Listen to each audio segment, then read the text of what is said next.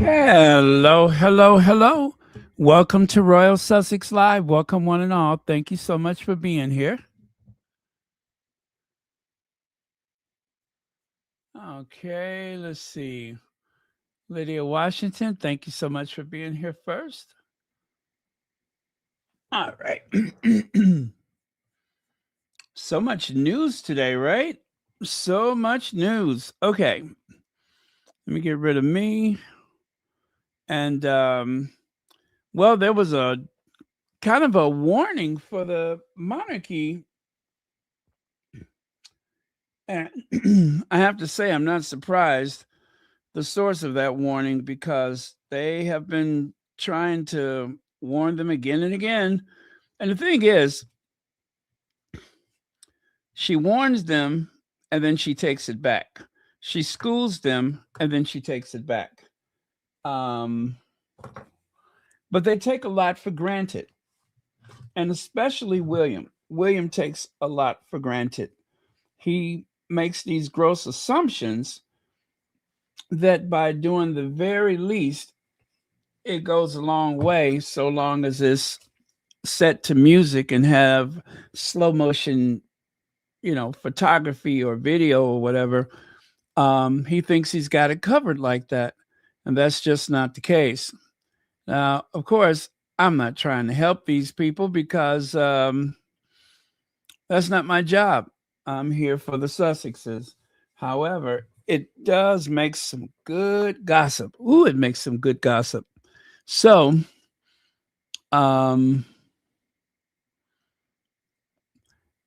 let's take care of this spot of bother first. I saw this yesterday. Trump sparks outrage after sharing video with racist Obama monkey imagery. And this has been a long standing racist trope used against Black people. And we have all seen that thing with Danny Baker where the Sussexes were depicted as the smartly dressed couple that brings their baby home from the hospital. And of course, instead of a child, this couple, which of course was not actually Harry and Meghan, but a couple, um, you know, that just happened to be holding the hand of a chimpanzee. Um, we all know what he was trying to say. And of course, he denied it. And because um, that is tolerated nowadays, he didn't lose his job. And there was a time in the US where that was career ending. Not so much nowadays. But in the UK, I don't know that it was ever been career ending. Um, the problem with Trump is that he has helped to create a tolerance for a lot of these things. And of course, in the old days of the big three television networks, the slightest hint of racism would end your. Well, look at what's her name, Sharon Osbourne. That is how you take care of things like that. Career ending. That was career ending. I'm actually afraid that at some point they will bring Sharon Osbourne back to American television. Um, But for the most part, we just don't tolerate that in the US. And it took a lot of marching and protesting to make that possible. And I hear so often when people say, "Oh, I just don't like Jesse Jackson." And okay, yeah, Jesse Jackson may be very crooked, but I do recall the effectiveness of boycotts growing up when Operation Push, the NAACP, those organizations would boycott. And of course, a lot of that was backed up with the labor unions. One of the reasons why the Republicans wanted to get rid of the labor unions is because that voting block that so many politicians depended upon um, usually would lean heavily to the Democrat. But because the Democrats had that arsenal in their pocket, they decided, okay, if we get rid of the labor union, if we get rid of this voting block, then we can reduce pay without all of those strikes. You hardly ever hear people striking in the U.S. anymore. Those big auto worker union strikes, railroad strikes, we rarely have anything like that. And why is that? Because they destroyed the labor union. That was one of the things that was used to make sure that racism would not be tolerated. But nowadays we got social media. So let's say you're Target. You want to dance with the Trump administration. And what happens? You paid the price for it. Target is still paying the price for what was it, the DEI, DAI, whatever. They decided, oh, we're going to listen to Donald Trump. We're not going to listen to the people. Whereas Costco didn't do anything. Costco said it's business as usual. And what happened? A flood of new customers went over to Costco, purchased a membership card, and have been shopping there ever since. That's how you take care of that. Now, what can you do with Donald Trump? Probably nothing. He's about to enter his lame duck era as president. In all likelihood, the Democrats are going to take the House during the midterm elections.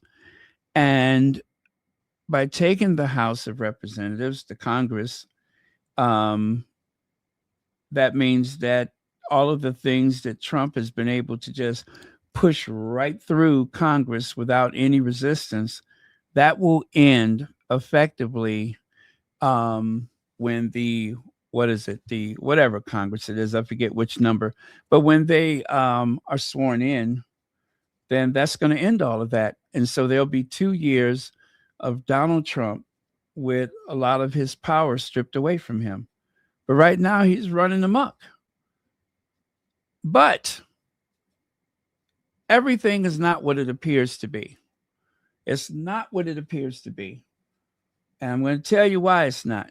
But first, let's do this. I want you to listen to this person. You may have heard this already. It's been making the rounds.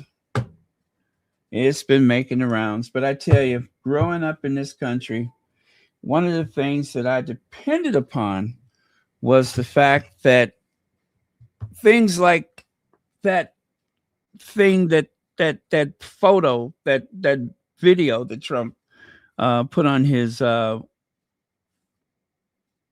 Truth Social, those are the things that were career ending.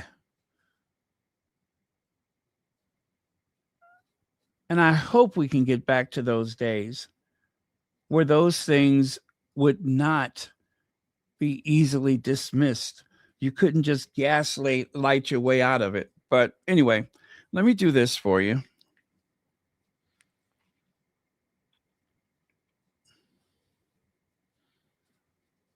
Okay.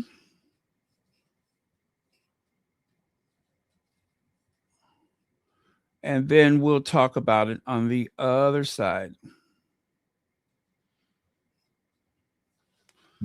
All right, here goes. A registered Republican. My dad was the president of American Pipeliners Association, so I came by it rather naturally. Voted for the president.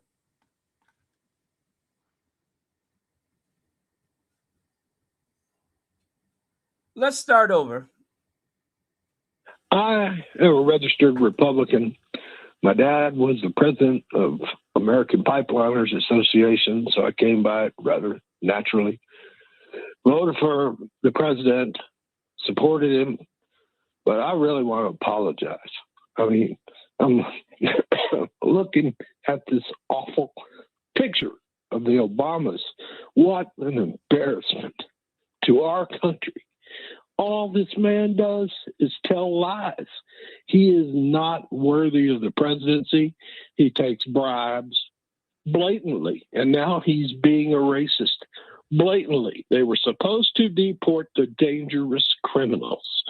They were not supposed to go after small children, storm schools, bring terror upon, the little kids and the women and children, not just the immigrants in the school. All the children are scared. This is not a decent man. This is not an honest man. He openly takes bribes. He's pathetic as a president.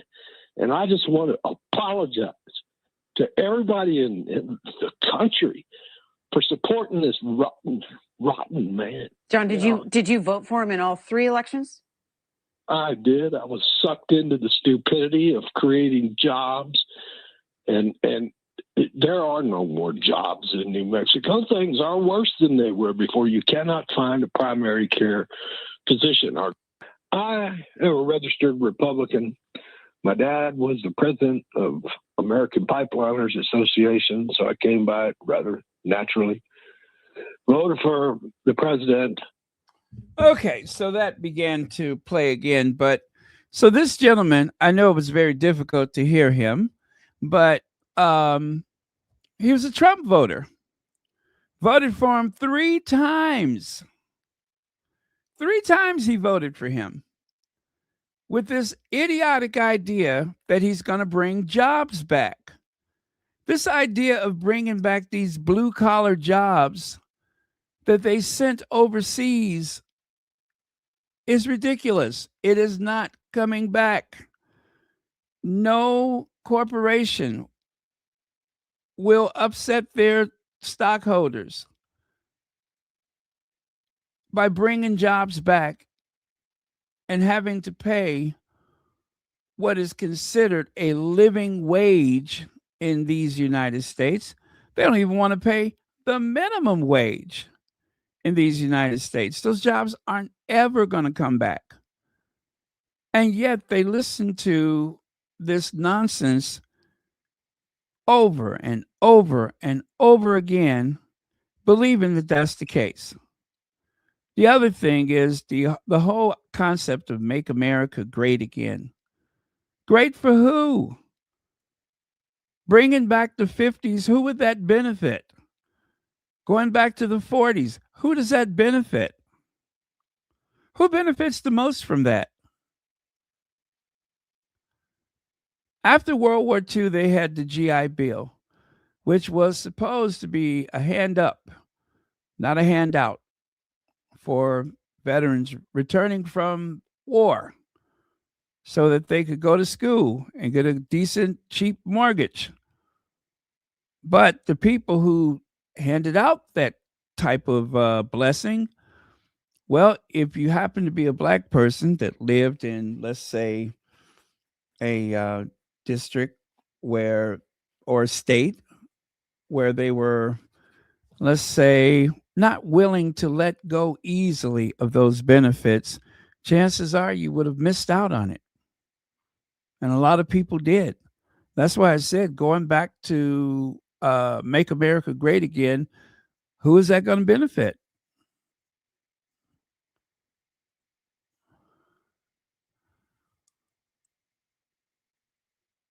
I'm kind of numb to it. I'm not even surprised by it.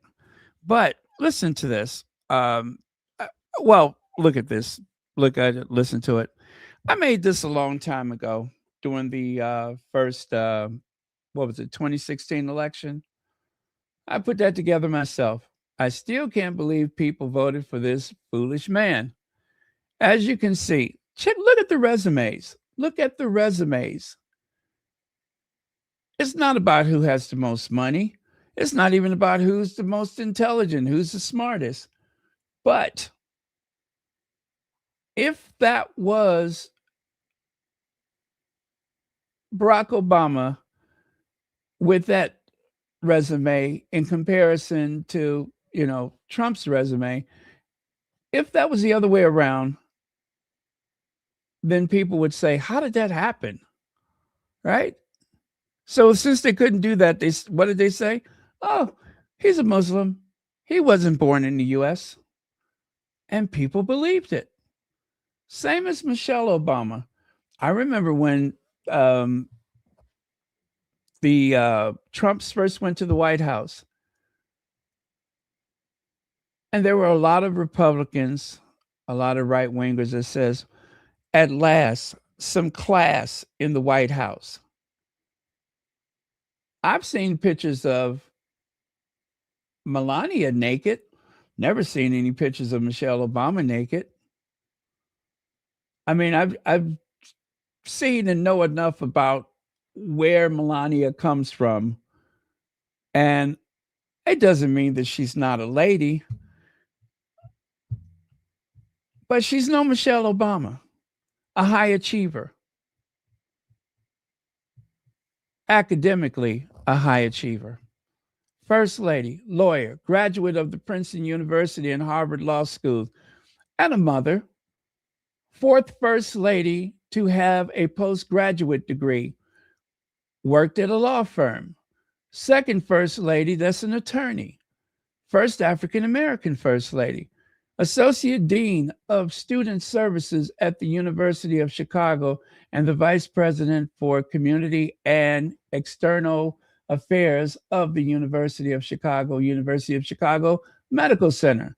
Served on boards, Treehouse Food Chicago Council, and Global Affairs. And of course, the Let's Move Health campaign she had in the White House. Melania, First Lady, fashion model, mother, second foreign-born First Lady. And you know what? I'm going to even throw in there entrepreneur. Let's not take that away from her. But not exactly measuring up, entering the White House. Doesn't mean she's not a good person.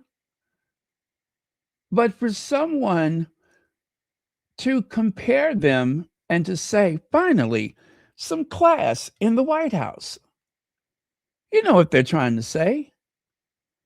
No matter what Michelle Obama's achievements, she'll never be good enough. Barack Obama, President of the United States, lawyer, Illinois State Senator, United States Senator, graduate of Columbia University, Harvard Law School, community organizer, civil rights attorney, and professor of constitutional law, University of Chicago. Father, Nobel Peace Prize, Profile in Courage Award, first African American president, second American president, United States Senator since Reconstruction. I'm sorry, second African American United States Senator since Reconstruction, meaning, of course, before he went to the Senate, there was only one other African American since Reconstruction. And of course, she was from Illinois as well, Carol Moseley Braun.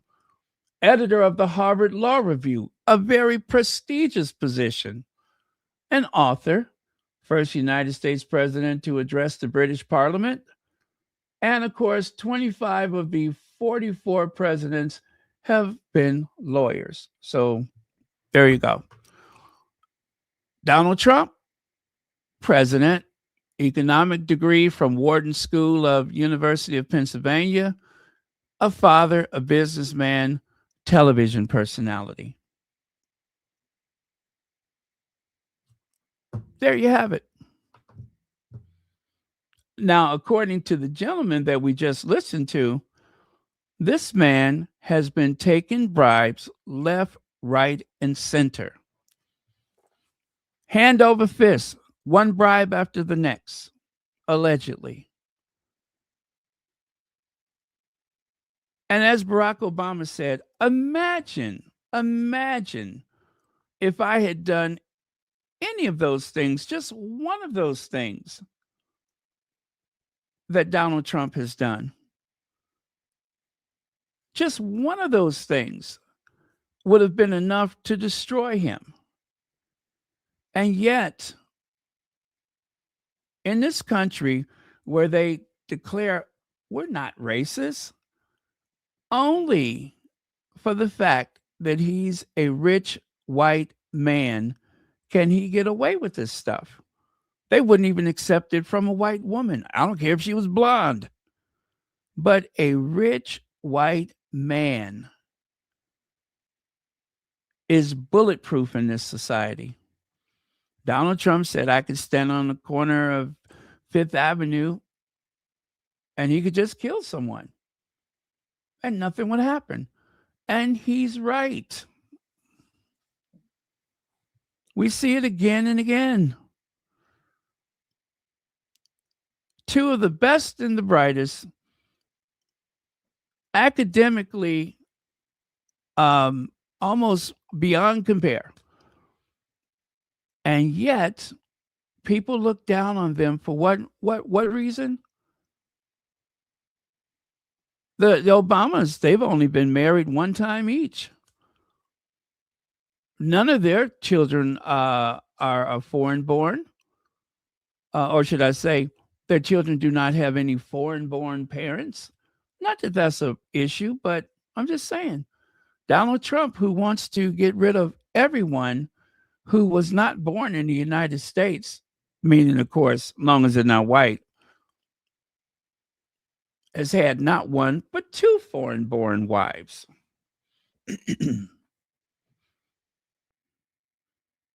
We can debate why that happened, but still. And now this happens. The man spent 5 years declaring Obama a Muslim and that he was born in another country. And then the day before the 2016 election, Donald Trump goes before the television cameras and he says, Barack Obama was born in the United States. End of. And he hasn't mentioned it since. So for 5 years, as they say, he was playing in our faces and he got away with it. Not only did he get away with it, he became president of the United States. For 5 years, he was asking to see Barack Obama's birth certificate, which is deeply offensive. That is the same as asking a slave to show me your papers. A freed slave, show me your papers. As a freed slave, you had to walk around with your papers. Not really free, are you? So it was the equivalent of asking, show me your papers. That wasn't just painful for Barack Obama. And I hate that he did that, but he finally gave in. But as a Black person, what do you think that tells me about my place in society? It's telling me that I can never be an equal citizen. I don't have equal protection under the law. Not only is it saying it to me, it's saying it to everybody. Show me your papers. Hardcore racist through and through.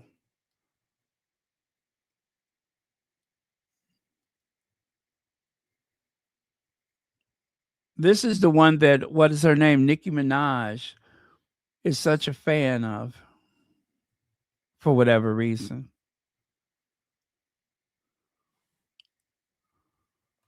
But all is not what it appears to be. You remember this night they had a debate, and Donald Trump said they're eating cats, they're eating dogs. He didn't believe that. He said that because this woman of color had just mopped the floor with him in a debate. And the way to make sure that nobody talks about that the next day, you go and you say, they're eating cats, they're eating dogs. And of course, everybody's laughing. Some people are deeply hurt by it because they are foreign born, they are people of color. They've already felt the weight of racism. But now they have been declared almost like an animal because they are eating cats and dogs. They're eating people's pets. You cannot find those animals in that area. But he knew that that wasn't true. But he said that as a way to distract. And I'm afraid that this is another distraction.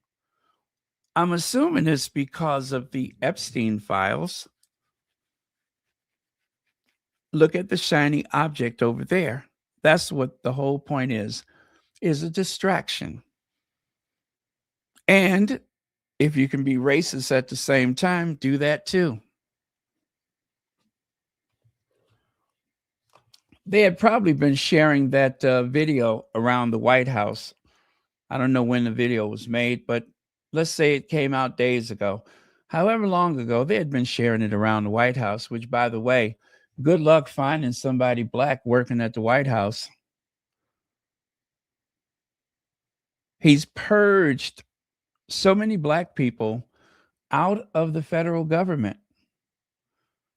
And in a lot of cases, very well-educated black women, the thing that he's afraid of the most, purged them out of the federal government.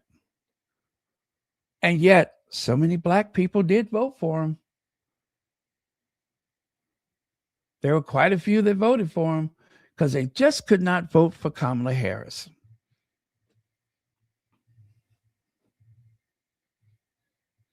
And as the gentleman said on the call, that children are afraid, not just Hispanic children.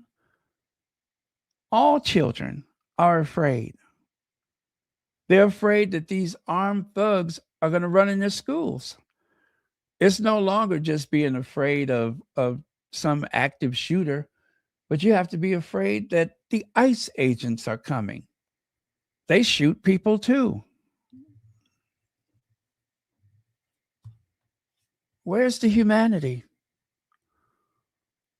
I saw 2 school teachers that regret voting for Trump because of the way the Department of Education was gutted.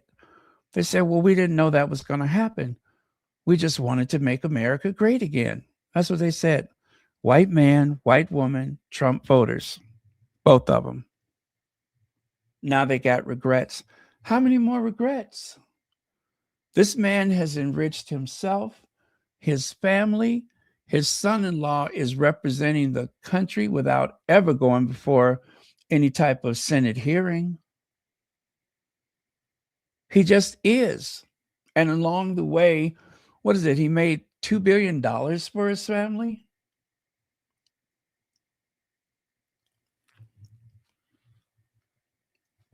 Not one single controversy in the Obama White House. No fraud, no payoffs, none of that stuff. Just like with the Sussexes, he had to stay above the fray. This is why I know most of the things and not most, all of those things that they say about the Sussexes and the way they take care of their business, the way they make their money, they're lies. They're lies. They could not even afford to make a mistake, let alone to try to game the system. They can't even afford to make a mistake. One delayed, what was it, for the Archwell, I think it was when they submitted their financials for Archwell. For whatever reason, it was a little late, and the governor of California had to speak out on their behalf. It wasn't their fault. But that's not what people will remember. It took all of that for, I got you. And yet, the Trump White House, it's a who's who of who's getting paid. And nothing has happened.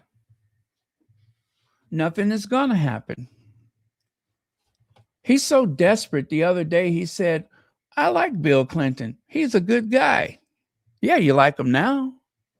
Well, and of course, you liked him then. I mean, they are friends. They had a little falling out, but they're friends again.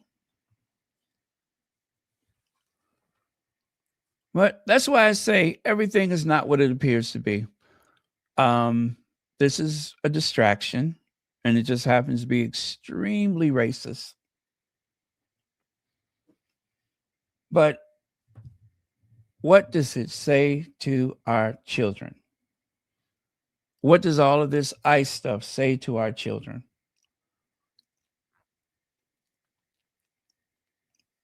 I will never forget the day when I saw some article or report or whatever it was about the grade school basketball game where the Latino kids went home in tears to their parents because when the game seemed like it was not going the way of the mostly white school, the white kids began to chant, build that wall, build that wall. Now you even have kids that just say, Trump's going to come and get you. I'm going to call ICE on you and your family.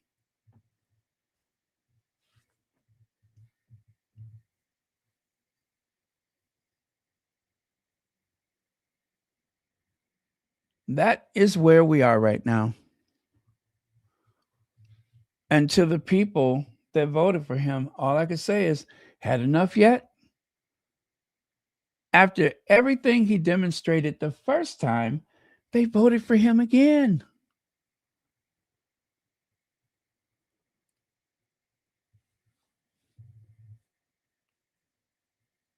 And I promise you, they probably have very little to show for it. They have very little to show for it. Most of them, anyway. So that's what was in the news today. And it's absolutely heartbreaking. But January 6th to me was just as devastating as 9/11 because something died in the country that day. And it was his fault. And yet people still voted for him. They tried to deny, oh, he didn't tell people to go down there and do that. The hell he didn't. They were there for a reason. You had more people show up January 6th for the certification of the election than showed up for Inauguration Day. They had to cancel the outdoor ceremony because there was not much interest from the public. Not much interest at all for a second time.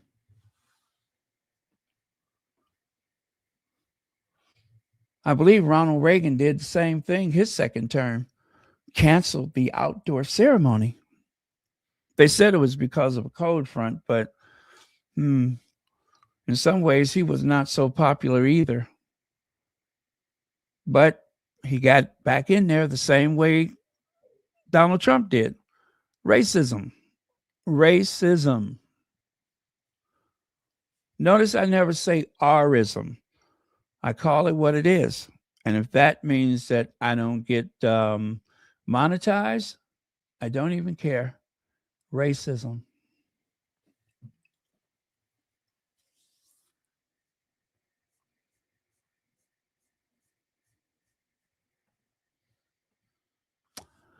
Let's see. Lorraine Esmeralda says, I feel that people are exhausted with the racism and the PD files, hatred, unemployment, high prices, etc. But we must not stay silent nor complacent or give up. Faith, hope, and love. I am in total agreement with that because they depend upon us to stay silent. They depend on us to be exhausted. They want to frustrate us until the point of submission.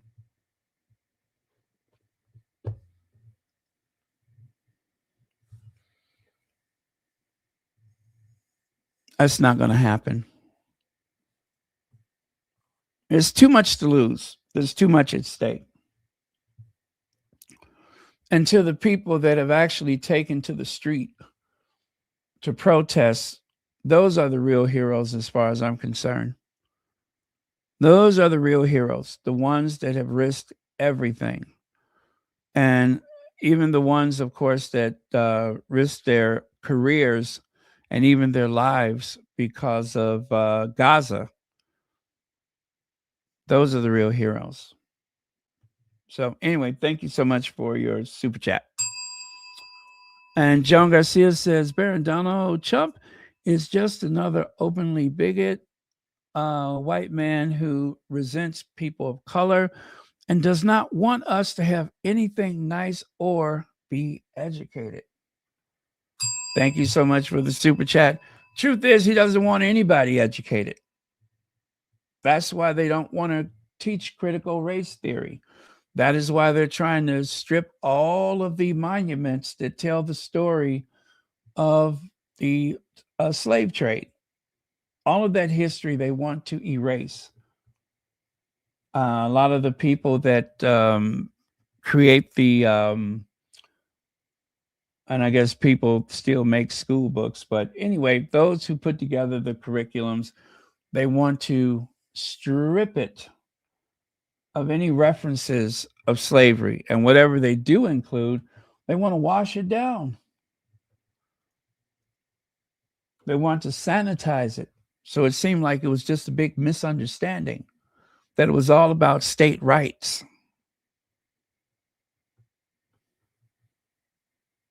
But you're right. He doesn't want Black people in particular to be educated. Thank you for the super chat. Ms. Z says, hot take, the EpiPen files is also a distraction. Do people really think he will allow the Department of Justice to expose him? No, I think that there's some wheeling and dealing going on with certain Democrats who can control exactly what comes out until we see something. I mean, because look, as many times as he's been mentioned, you mean to tell me there's nothing so awful available for us to learn about yet? I mean, is there still more to come? There is a good chance that they're holding some things until October, as you know, the October surprise, which in politics means, of course, that you want to let it out right before the election to ruin whatever momentum your opponent may have. But the Congress is still controlled by the Republicans. So I would imagine that there must be some protection there built into it. But it's kind of hard to say, but we have not seen everything. So they also have to go through and redact the material before it's released. So let's see. But whatever comes out, it won't mean the end of Donald Trump. It will not mean the end of him. There will be a sentiment, no doubt, of just let him finish out his term and and he will pretend to be wounded while plotting against us at the same time. But I think that's what'll probably happen, is that they'll just say, "Oh, let him finish out his term. Um, you know, a new president is coming," and yeah, I'm not really optimistic about what will happen to him. Um, I hope they do impeach him again. I really do hope they do. I'm willing to risk everything for another impeachment. But anyway, thank you so much for the super chat.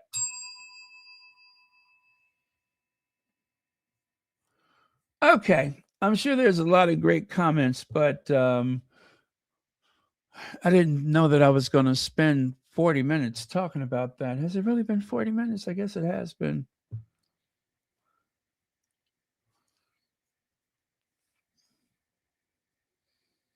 I think I got all of my as ever today.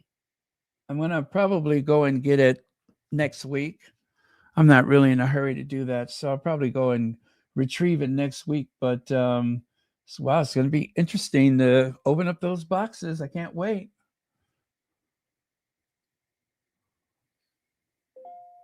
Let's see here. Oh, thank you so much, M, for the PayPal.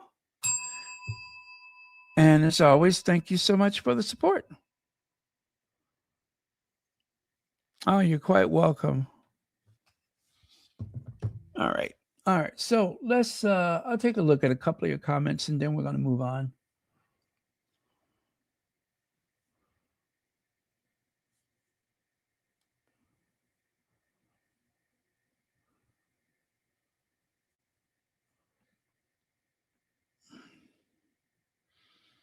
Yeah, vote blue, vote blue.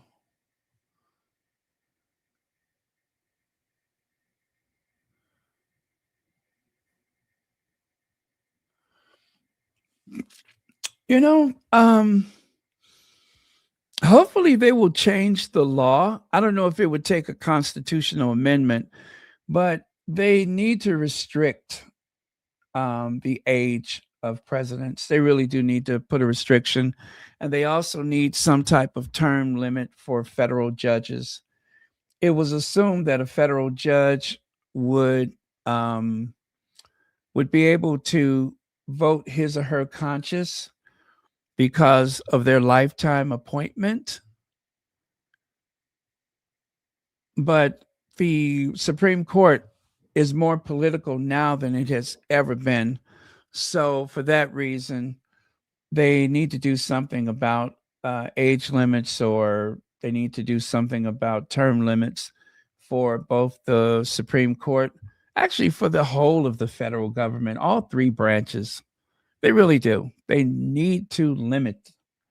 I used to think it was a bad idea to put limits because that means that there would be a great deal of turnover and that there would be even more corruption.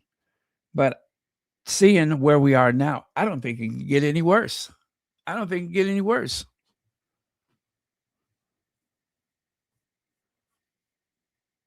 Yeah, I don't think it can get any worse. So term limits for all of them. One of the few places where you're guaranteed to enter a pauper and to leave a millionaire, and that is the Congress.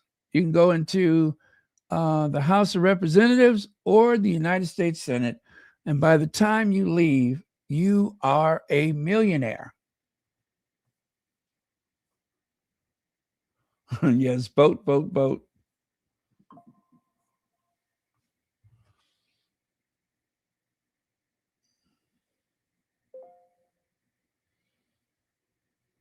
Okay. All right. So, our Duchess posted this today. I'm loving the aesthetics. It's I'm not sure exactly where we're going with this, but okay. Meghan took some stuff that has read and just put it together and made this. I don't even know what you would call this. Would you call it a collage? I don't know what to call it, but I'm here for it. I'm here for it. And just to make sure that you know that I'm here for it, I took the as ever font and I turned it red, right? I did that myself just so that I can be a part of it all. But yeah, I mean, what is that? Earrings, handbag, look like a clutch, I guess. Oh, was there a candy bar with the other one? No, it was the preserve. Okay. Oh, I see the bookmark. Yeah. Well, as I said before, I'm hoping that some of these images are clues about what type of products we could expect at a later date. And I'm not sure that that is not exactly what's going on here, but we'll see. We'll see. Our Duchess is being creative, and I'm here for it. What is that red thing? Is that you see what I right there in the middle at the bottom? What is that thing there? I don't know what that is. It looks like it has like alligator skin on it, right? A little patch of alligator skin. I don't know. I don't know what that is. Anybody know what that is? Somebody? Is it perhaps a pocket knife? I don't know.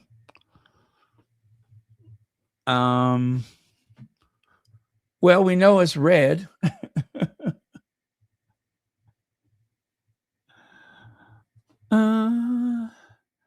A mini switchblade. Okay.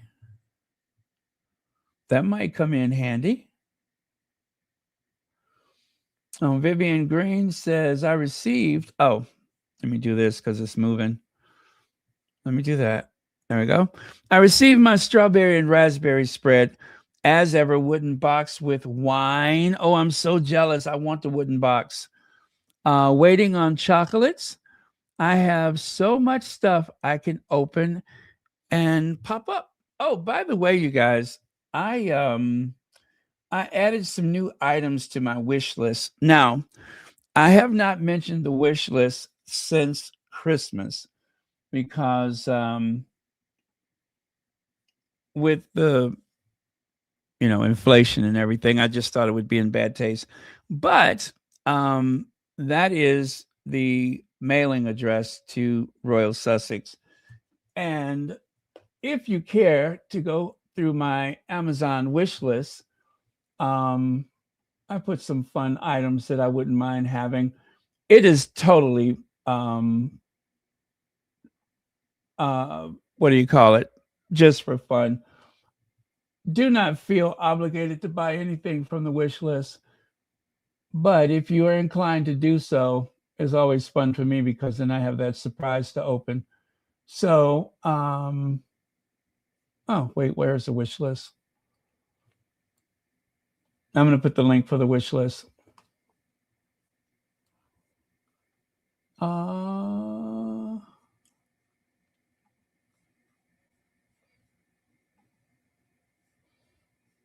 Royal Sussex wish list.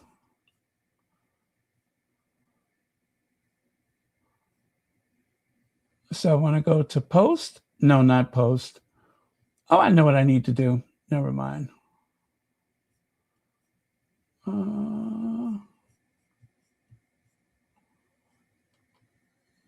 Wish list.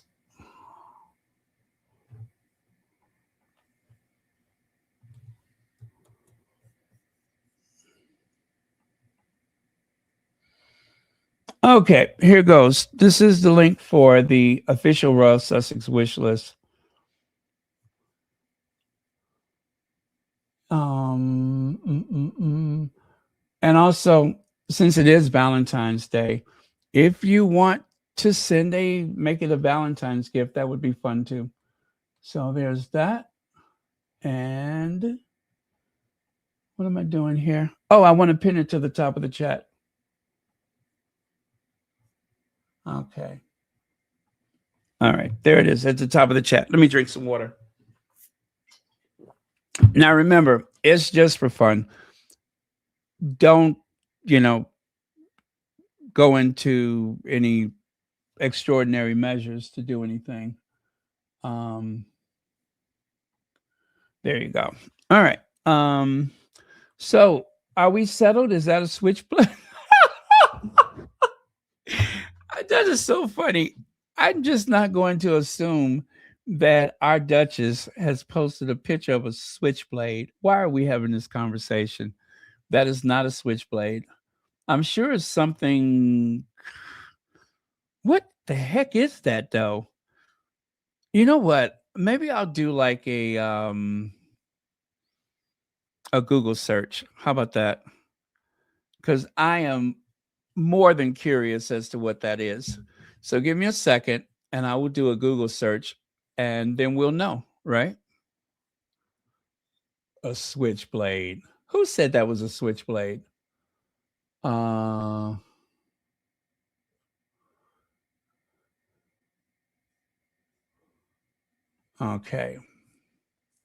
I'm going to do a Google search and then we'll figure out what that is, okay? Because I'm nosy and I'd like to know.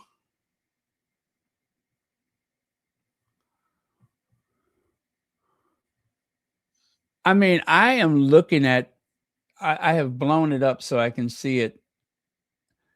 And I'm still no closer to figuring out what that thing is.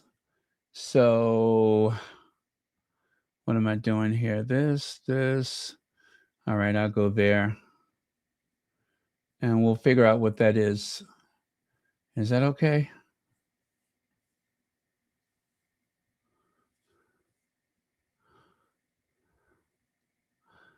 Oh, really? Oh, okay. You know what? Let me take a screenshot and I will show you what it is.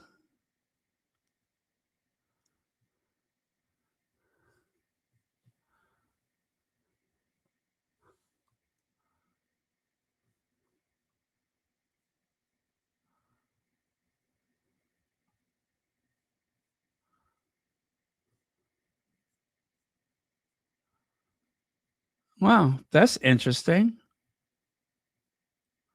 Okay, I'm going to do a little screenshot and I'll show you what it is.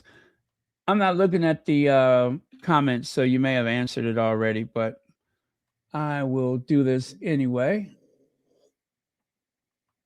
A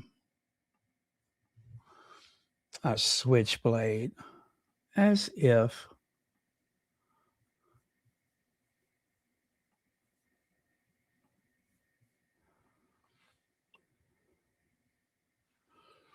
Okay, so I believe it's lipstick. It's a lipstick case.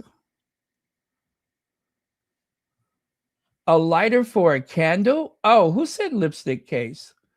Emerald D. Yes, it is a lipstick case.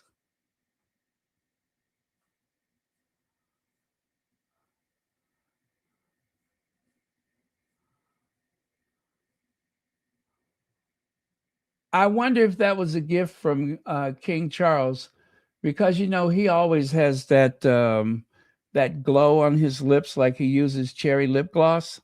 Maybe it was recommended by her father-in-law. Oh man. Yeah, that's a lipstick case. Very interesting. All right. Well, now we know what it is. Now we can move on. I was not going to move 1 inch until I figured that out.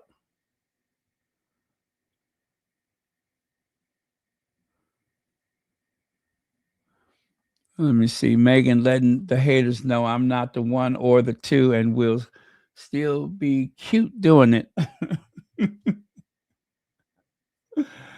I heard that. Okay. All right. So that's it. So Meghan said, which one are you, strawberry or raspberry? Place your order today to receive by Valentine's Day. So, are you strawberry or raspberry? That's a good question. You know why? Because this was the only candy that was left. The only confectionate, the only chocolate was the white chocolate, right? And if you remember, she presented Harry with a choice and he grabbed the white chocolate, right? What a coincidence, because that was the only thing that was left. And guess what? Now it's sold out. It is gone, gone, gone. Yep, it is gone, gone. Oh, a lipstick switch. Would you stop it with that? Yes, I like to be prepared for the event of somebody, making trouble, but they have hired some people for that. So she doesn't need anything like that. But but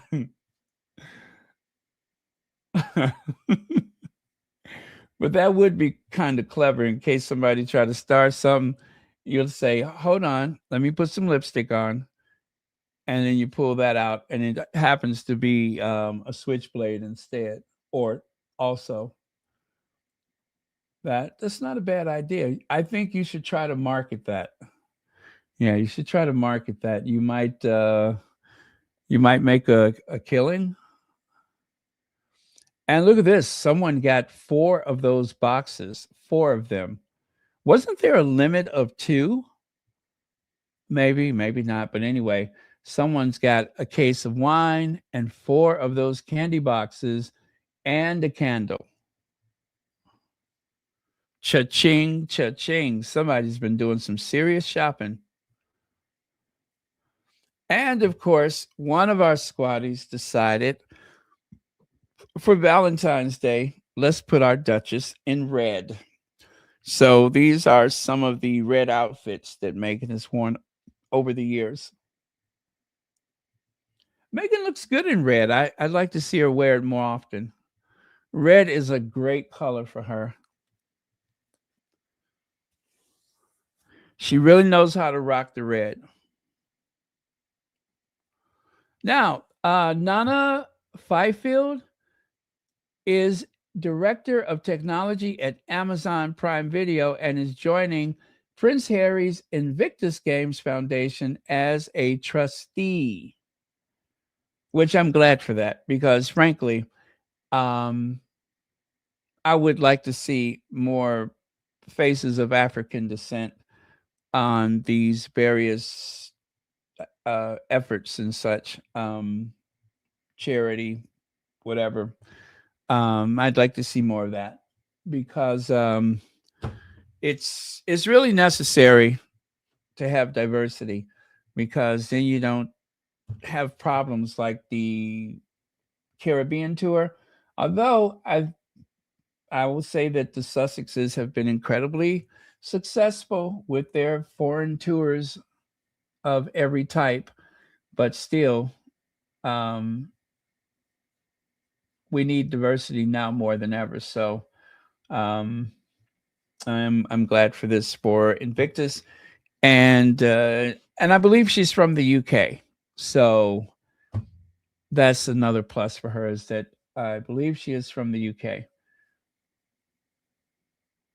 So should make a big difference for the Invictus game, I hope. So that's what's happening with Invictus. Hey, Hazel Jones. Now, I couldn't wait to get to this. I could not wait to get to this. Amanda Platel, remember I said somebody has warned them? The Royals just don't get it. Listen to me, Charles, William, Kate. Unless something changes fast, the monarchy's over. And Andrew's not your only problem. Okay? Andrew is not the only problem. And I don't want you guys to assume that that means that, oh, I bet she's talking about Harry and Meghan. Now, this is behind a paywall, so let me do the honors, if that's okay.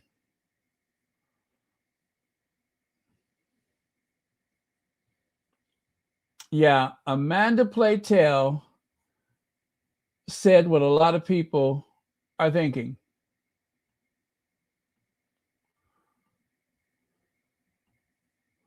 Oh my goodness, I got so many things open right now. Let me close some of it before the computer locks up on me. Where the hell did you come from? Oh man. I'm glad I saw that. Okay. Yes. All right. Don't need all those windows open.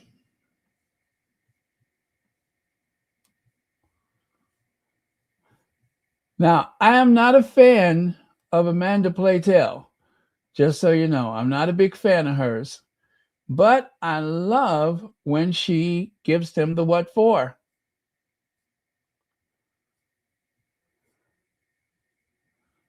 And I hope this time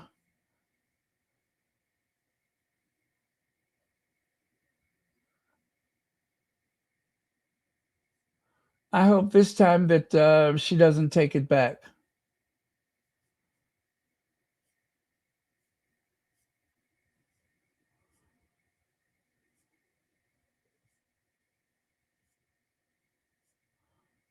All right. Okay, so listen, I misplaced the article. I'll find it. Give me just a second.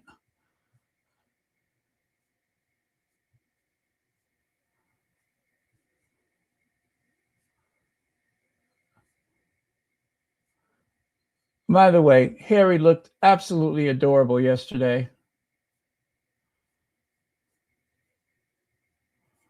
My goodness, I hope they haven't hidden it or removed it. Maybe I can't find it because it's not there.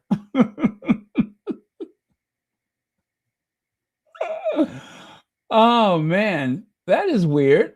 I cannot find it now. And maybe that's because it's not there. But don't despair, you guys. I'm pretty sure I'll find it. Give me just a second here. I mean, they wouldn't do that, would they?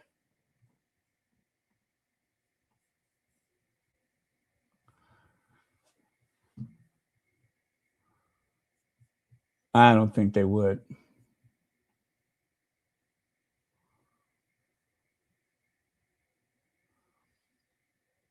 Okay, let me find my reliable source who would have it, and then I will share it with you.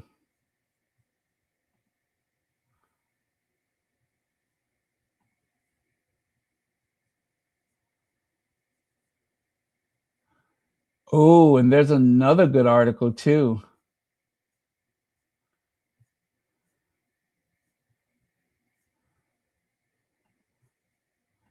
Amanda Playtell. Uh-huh.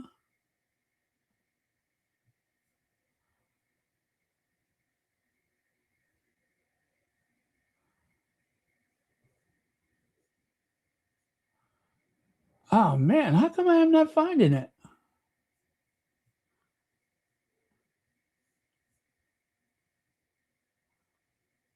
Okay, here it is. That is so weird that it's so hard to find that one. It really is. It's like they buried it somewhere. Okay, ready? Here we go. So it pains me deeply as a lifelong monarchist to ask the question on so many people's lips. But how can the royals ever recover from the sordid disgrace of former Prince Andrew has brought upon as a result of his association with Jeffrey Epstein? Especially now we have learned so much more from the latest dump of Epstein files, which confirms that Andrew and his complicit Klingon ex-wife Fergie,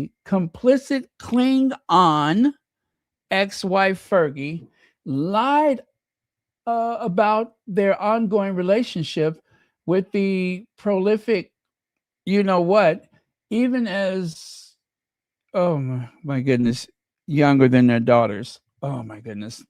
Anyway, the devastating confirmation this week from that man's friend, Maxwell, Ghislaine Maxwell, that the picture of Andrew with his arm around his accuser is real and was taken at Maxwell's London townhouse, blows apart his claims that it was fake. It shatters his so-called alibi that he was with his daughter Beatrice at the Pizza Express. You know what? Let's get to the juicy part. This all makes for horrible reading, yet my concern is certainly not for Andrew. It is for the monarchy and what happens now. The truth is out. Can the royals ever rid themselves of the terrible stench of Andrew, who is still visibly eighth in line to the throne? If only the late Queen Elizabeth II had not protected her favorite son back in 2022 by helping to pay that settlement of a reported £12 million to Geoffrey in a civil case. I'm trying to avoid saying certain words. In a civil case she brought against Andrew. Geoffrey committed, she's not with us anymore, having accused him of 3 times when she was 17. Allegations also, let me see, which he has constantly denied. Okay, to be fair, he has denied it. If Her late Majesty had not stepped in to help, he would have had to face his accuser in court, and the lingering rot infected the monarchy as a result of that situation would have been cauterized. Just like a wound, it would have been cauterized. Anyway, yet the drip, drip, drip of disclosures about him and Fergie, continued association with him, Epstein, it just gets worse and worse. How the royals are going to put an end to the ruination of their reputation and reestablish themselves at the heart of British life. King Charles releasing Finding Harmony, a king's vision of a well-meaning but hand-wringing, self-congratulatory documentary about how we can all find peace in nature, is not the answer. With the greatest respect, she says, it is not the answer. That documentary was not the answer. And yet Charles puts out this documentary at a time when it seems like the monarchy is falling apart. Now, she goes on to say, it won't bring solace to the millions of his subjects facing a crippling cost of living crisis. Feeling down. Hug a tree. Tell that to the kids and their moms in high-rise blocks who are struggling to find money for beans and on toast in an urban hellscape without a tree in sight. Ooh, I'm telling you, she really said that. Yeah, they're talking about trees, hugging trees, and all this stuff about nature, and people are hungry. These people that live in those blocks can't just go to nature when they feel like it. Nature for them is blocks and blocks away, if not miles away. Anyway, remember, this is a message to Charles and William and Kate. She did not mention Camilla. Not yet. Meanwhile, our reluctant king in waiting, Prince William, who understandably took time off when Kate became ill with cancer, is almost never seen unless it's for his worthy yet unremarkable Earthshot prize, trying to save the world. He mostly seems to be whizzing around their property on his electric bike. Yes, that will be his 150th 50-acre private home, Forest Lodge. Kate this week was out and about, emoting, heart-rendering about how lonely her struggle against her cancer has been. She was then pictured sewing some jeans for William in a factory in Cardigan, someplace in Wales. Hold the front page, she says. Our aging Queen Camilla, who's barely a few points above Harry and Meghan in the popularity polls, has been visiting a primary school, new library in London's Regent Park, to teach deprived kids to read good. As Ben Stiller's Zoolander character Derek said in the movie, to read good. A very worthy, but the royals, all very worthy, but the royals just don't get it, do they? It's not the planet they should be straining every time to protect right now. Not sewing skills, not the ability of a young to read. It is the monarchy. Save the monarchy is what she's saying. This is a crisis. It is very survivable it is very survivable is at stakes thanks to the disgrace Andrew has visited on the family. If the royals' current underwhelming performance is anything to go by, within a decade, they will become as irrelevant as the Kingdom of Lesotho. Population less than 3 million. Our cherished monarchy is supposed to be the foundation of British culture, our bedrock, our proudest and most enduring institution in a troubled world, full of glitz and glamour and exuding soft power. It is under strain as never before, and the last thing it needs at this moment is to turn into a bleeding heart center for hug-a-tree therapy. Well, there you go. There you go. She did not spare any of them. I think she should have went a little harder on Kate, but that's just my opinion. They have been out and about, but William, rarely. You rarely see him. We've seen more of Kate this week than we have William. Why is that?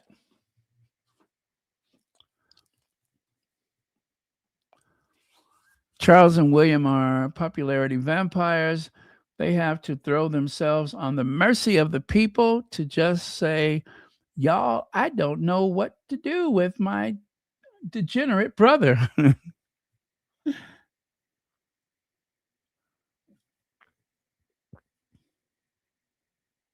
You know, people keep saying that those videos that Will and Kate are making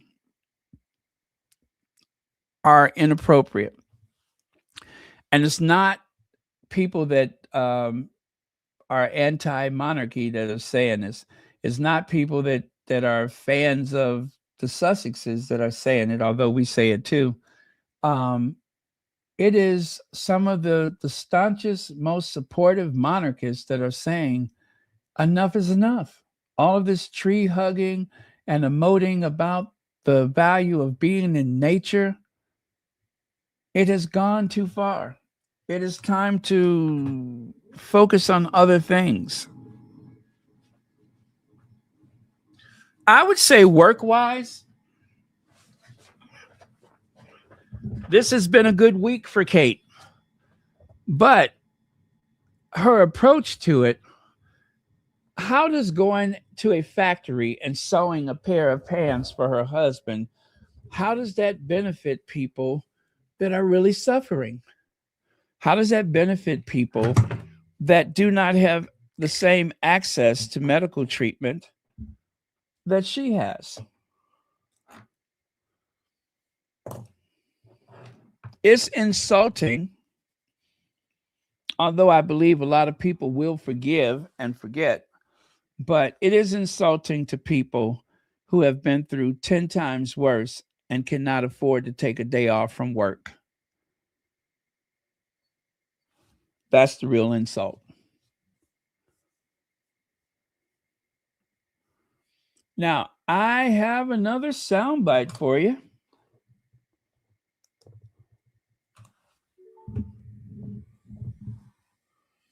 Oh, yeah. Thanks for the reminder.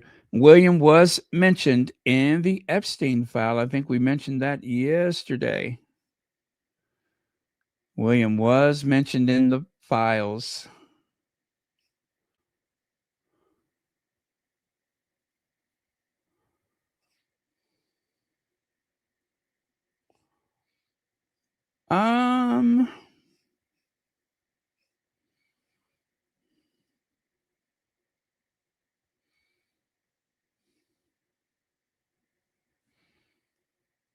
Okay, sorry, you guys. All right. Oh,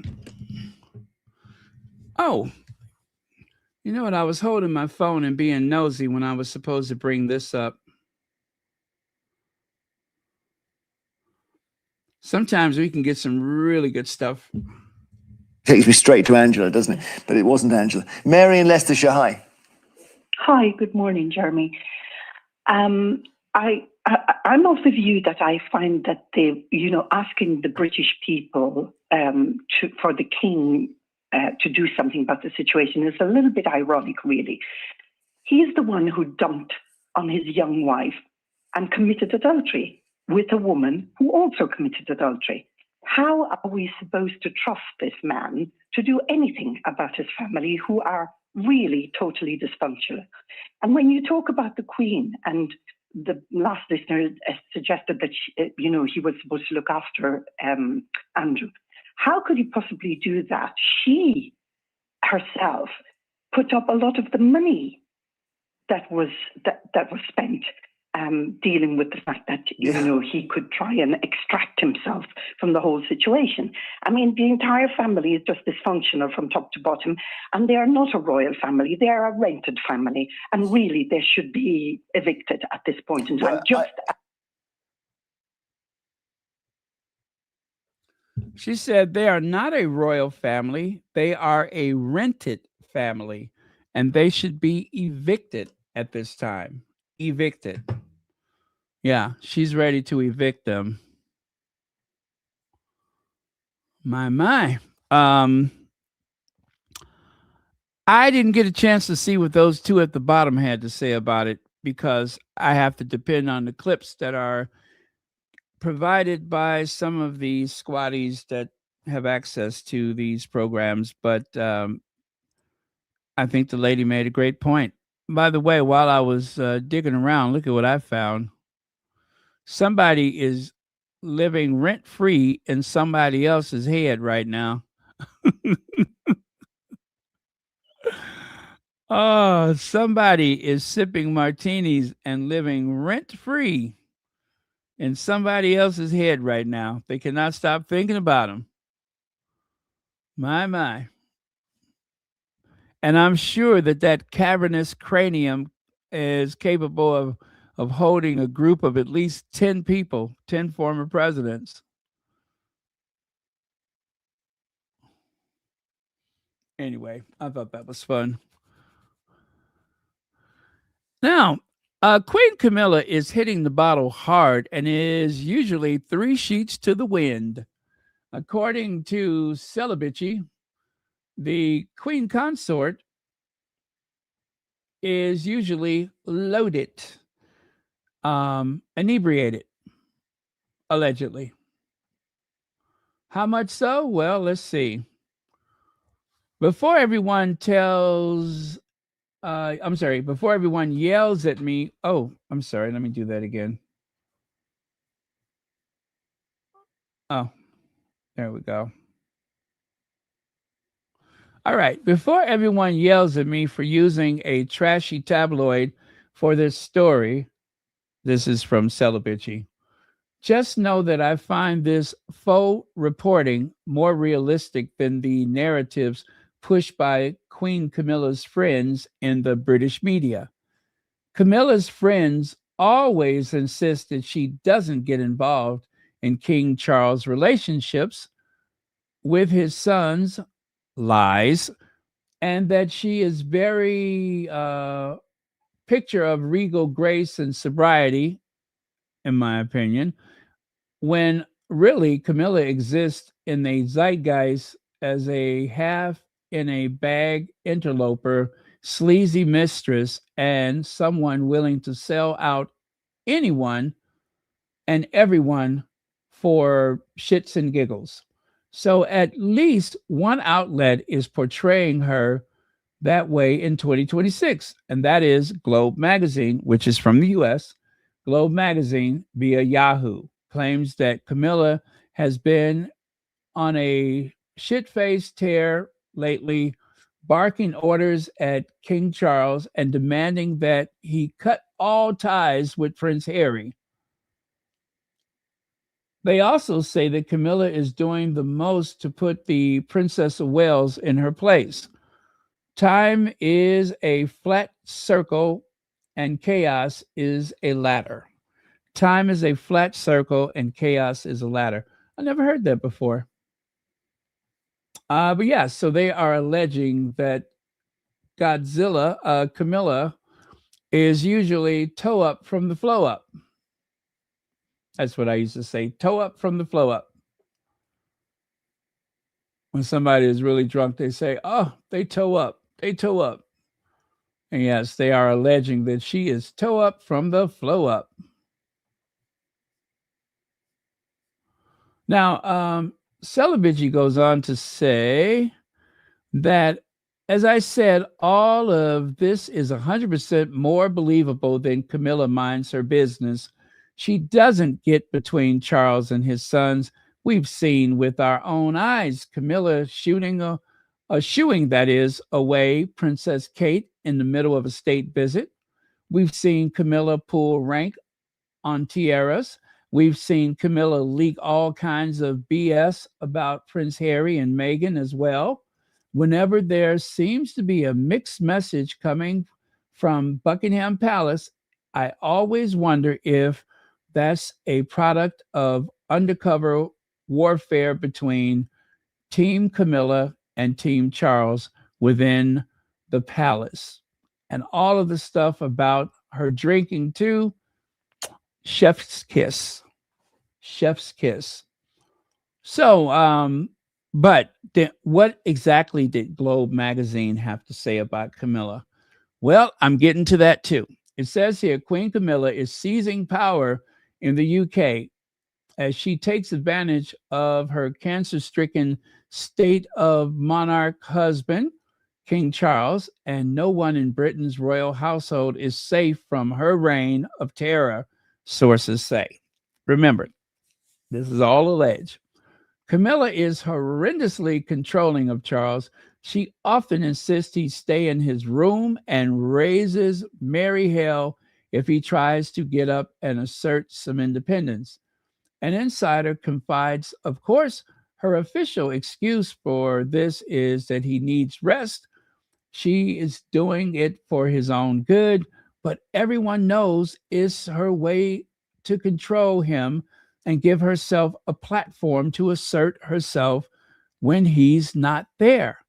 Camilla, who waited decades to marry Charles to wear the crown, took on more responsibility when her ailing husband had to pare down his busy schedule because of his health. However, sources say the king's former mistress turned queen now refuses to stop throwing her weight around. Even Charles claims his condition has improved. No thanks to her, of course. She charges around, barking orders, tearing into everyone who doesn't fall into line, and generally causes chaos throughout the palace. The insider explains her drinking has always been an issue, but lately she's taken it up a level. Camilla is hitting the bottle hard, and is usually 3 sheets to the wind by evening. Often she'll be knocking it back during the daytime as well. That's when she tends to be at her most aggressive, overexerting herself and acting like a power crazed tyrant. Now, you won't ever see articles like that in the British tabloids because they protect her. So, yeah, you would have to. And the Globe and the Star, they always tell a different version of Camilla's life. So, a Globe also, I'm sorry, as Globe also reported, sources say Charles had brokered a deal with the heir, Prince William, allowing his oldest son to banish younger brother, Prince Harry, in exchange for allowing his beloved Camilla to maintain a life of lavish luxury and respect after his death. Let me say that again in case you missed that. Charles had brokered a deal with his heir, Prince William, allowing his eldest son to banish younger brother, Prince Harry, in exchange for allowing his beloved Camilla to maintain a life of lavish luxury and respect after his death. Yet, palace watchers say California based Harry now appears to be on the verge of returning to the royal fold after having a reconciliatory tea with his father in September. Now, let me pause right there. That's something to think about. That is something to think about. The same way I think Queen Elizabeth brokered a deal to protect Andrew after her death, which, as you can see, Charles has gone through extraordinary measures to protect his brother, even trying to bring him back into public life. It didn't work. I think that the same arrangements have been made. I can believe it. That Charles has brokered some deal with William. William wants to keep Harry away from the UK as much as possible, and taking security away is one way to do that. And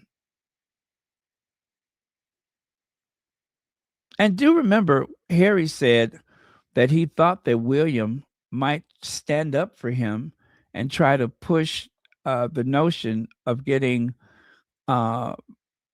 royal armed protection for him and his family, and that never happened. Now, Harry did say that, didn't he? So it kind of makes sense. It kind of makes sense. I can see why that's believable. Now, insiders also believe that when William ascends the throne, he would have no qualms about casting out his stepmother, whose decade-long affair with Charles contributed to the end of the king's marriage to the prince's late mother, to the princesses, the prince's, meaning William's late mother, Princess Diana, especially because of how Camilla humiliated his wife and future queen, Princess Kate. And I do think that Camilla has been humiliating Kate.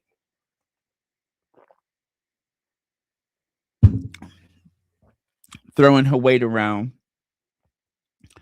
obstructing Kate from wearing tiaras and such. I believe that to be true. Camilla isn't afraid to put Kate in her place in any chance she gets. The insider notes the way that she talks to her can be pretty brutal, looking down her nose and effectively treating her like a second-class commoner or menial servant. Meanwhile, sources say Camilla is keeping a close eye on her husband's efforts to lure back Harry and his American wife, Meghan Markle, who ceased being working royals in 2020 and put down roots in Montecito, California, where they're raising their children, Prince Archie and Princess Lilibet. The insider maintains Camilla won't forgive the Duke and Duchess of Sussex for their verbal attacks against the royal family and says she's working hard to ensure losers, Harry and Meghan, are not allowed back to the UK.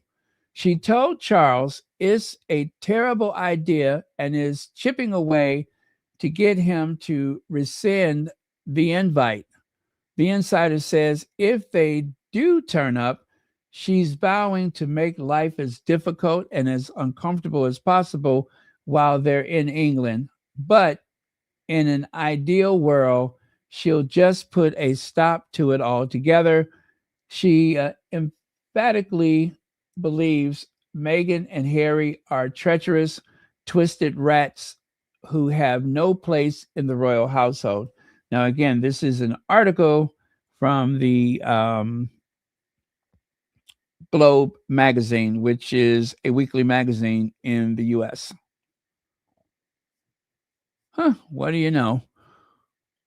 So they say that Camilla is hitting the sauce pretty hard. Oh, yeah, I did that already. And here are some, well, I guess they're AI maybe, images of Camilla. Of course, not the real Camilla, but this is how it has been envisioned. She spends her evenings after a day of pulling strings and making life miserable for the servants, for Charles, for Kate and William. This is how she spends her time: smoking cigarettes and drinking booze. But this is a real Camilla. This is a real Camilla, always with a drink handy. And this curious incident right here, it makes me wonder exactly what was going on with her that day. Remember this? Was she inebriated? Was she just confused? Both? Anyway, Charles got kind of angry with her. And, well, anyway, you'll see what happened.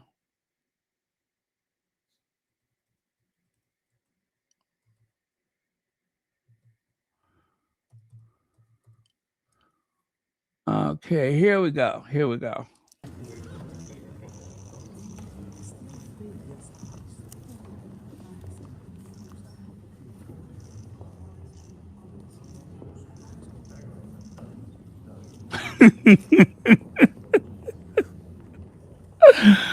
Woo! I mean, he's telling her to get over here. Why did she pause like that?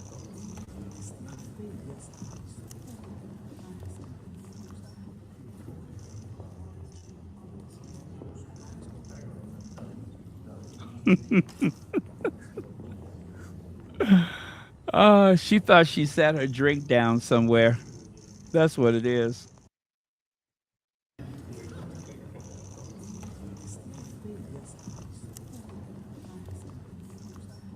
Hey, get your ass over here.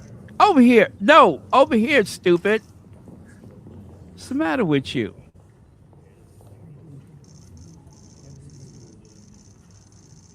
Why are you going over there?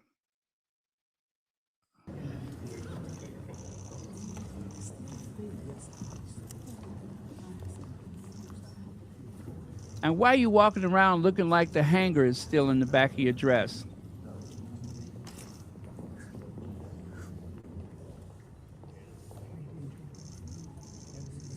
And why does everything you wear have a zipper in the front? Huh?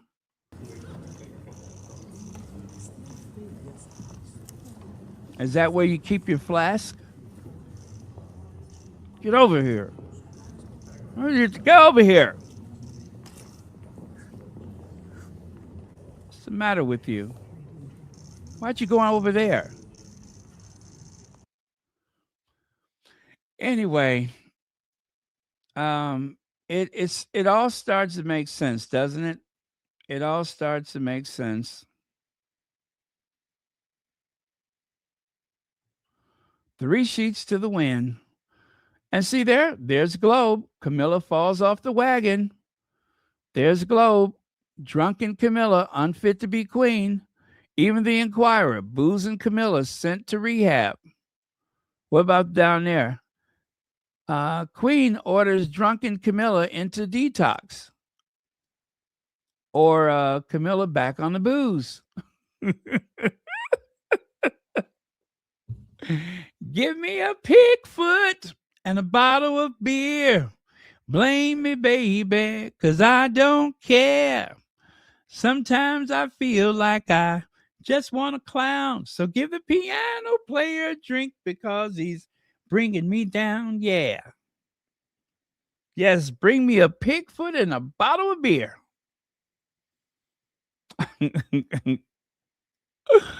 uh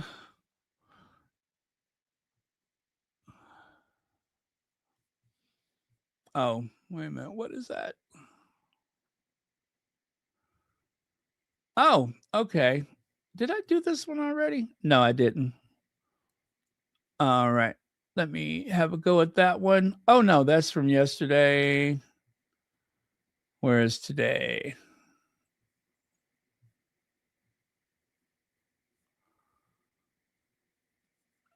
They tried to make me go to rehab, and I said no, no, no.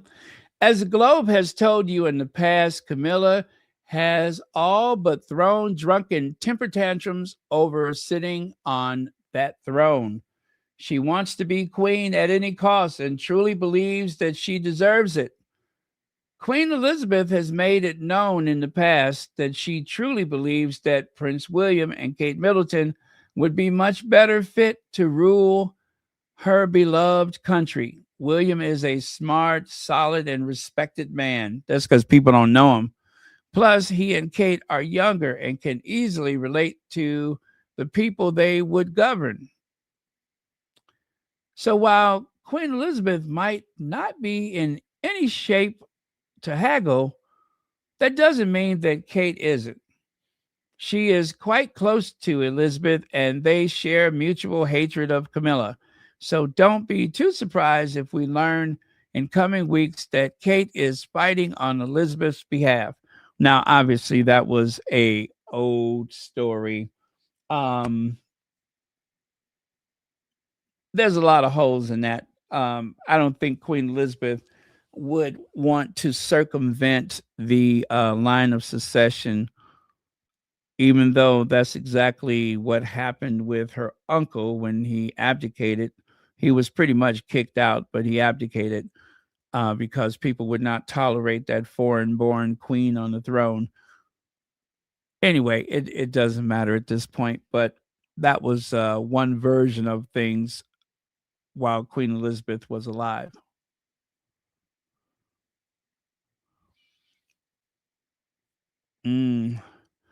This woman is so unserious. She will never in her life respect people of color. Remember Canada, Kenya, and now Samoa? And you wonder why there are orders to bash Meghan every single day for daring to marry a prince while black. She will always look down on people of color. Well, what they're referring to is that the very model of sobriety, Camilla, she could not stop laughing at one of those services when they went to Samoa. And then the tabloids tried to lie. One of the tabloids said that Camilla was crying at the words that Charles had said or whatever, but that wasn't the case. If I'm correct, I believe Charles was sitting right next to her when she had this fit of giggles. Now, it makes you wonder if she was inebriated at the time. Again, this is all speculation. It is all alleged. We don't know the drinking habits of the queen consort, but it has been said over and over again that she is a drunkard, that she is a lush, a drunkard, among other things. And how about that time when she was out and she seemed to be disorientated, almost as though she's speaking to herself. There's no one there. And she is in a fit of giggles. It's like, I thought, well, where you at? You know what I mean? As though she's confused and disorientated. I mean, there she is, not a royal protection officer in sight. It seems like she wandered away from, what's that house, Ray Mill, wherever she lives, her private residence.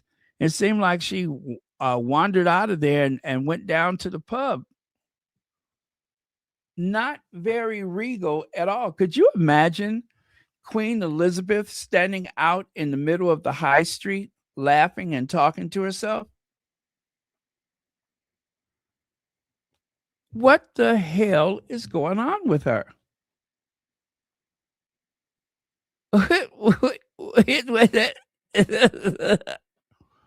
I mean, she's just amusing herself at this point. That is the Queen Consort wearing a puffer jacket. What is that? Some suede shoes and denim pants and what maybe a turtleneck, maybe a jumper underneath. And she seems to be confused, laughing to herself.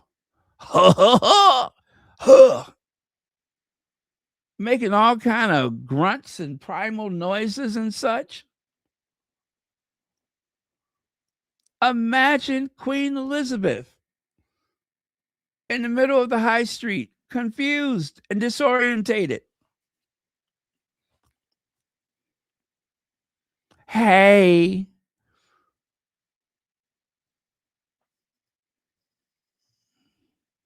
And then, of course, sometimes she cannot seem to keep her balance. Now, some people would say that's age related, but to me, when you're standing there looking like you're on the pitcher's mound, I mean, why is she dragging her knuckles behind her like that? I mean, she's literally standing there like she's in a Major League Baseball game. And there's 1, 2, 3 drinks. You're out at the old ball game. Take me out to the pub game. Take me out for a drink. Buy me some peanuts and extra shots. I don't care how much money you got, so it's root for a cold beer. And if I get drunk, it's a shame. So it's 1, 2, 3 drinks. You're out at the old pub game.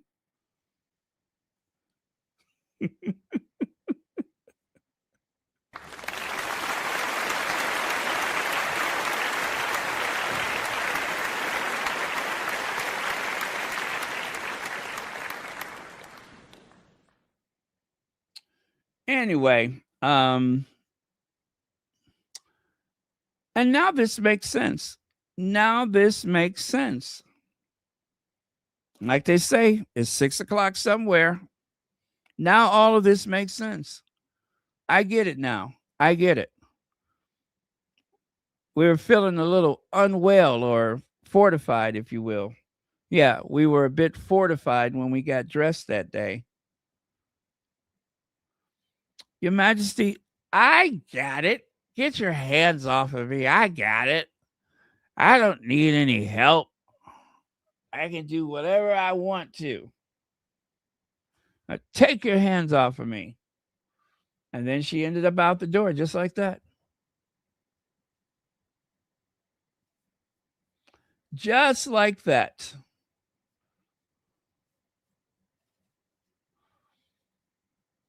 Oh, how about this look? I've been rained on, rode hard, and put up wet. Or as Legs would say, ugh. Ugh. That was Legs' reaction the first time he saw this picture. Oh my God, that was so funny. Leg says she looks like she's going, Ugh. But yeah, that's the queen consort. And that is the very best that the monarchy has to offer. And not too far behind, Globe magazine has also accused William secret booze benders, slams vodka shots and beer every night, shows up at events badly hungover, tells worried Kate it's not a problem. How about here? Piers Morgan claims Prince William asked Princess Diana for booze when he was 13. Morgan has claimed Prince William asked his mother, Princess Diana, for a glass of wine during his first meeting with the former Good Morning Britain presenter. So it has been alleged by Piers Morgan as though that was typical for William. How about that? Again, that would explain a lot, wouldn't it? Now, of course, all of this is alleged.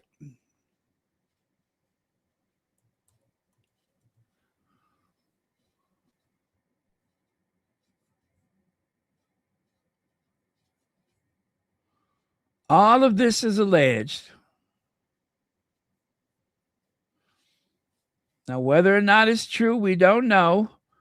We just know what people have been saying, but that doesn't make it true. That just means that people has been saying that. And of course, we have nicknamed him Sway Sway because of that. Sway Sway.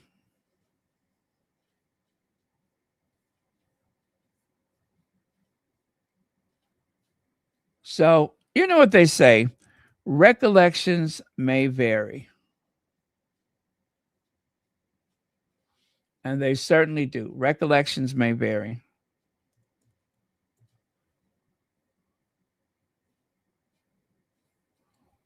Wait, there's another one. Let me see if I can find Sway Sway from another angle.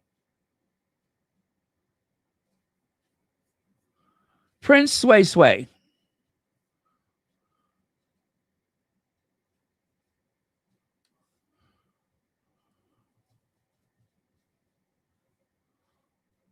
Oh, here we go. Here we go.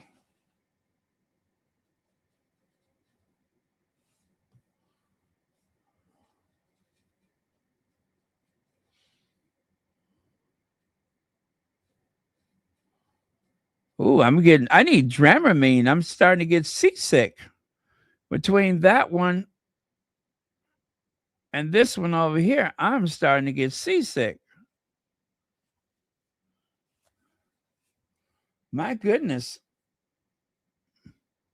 Do they have like an open bar at every royal residence?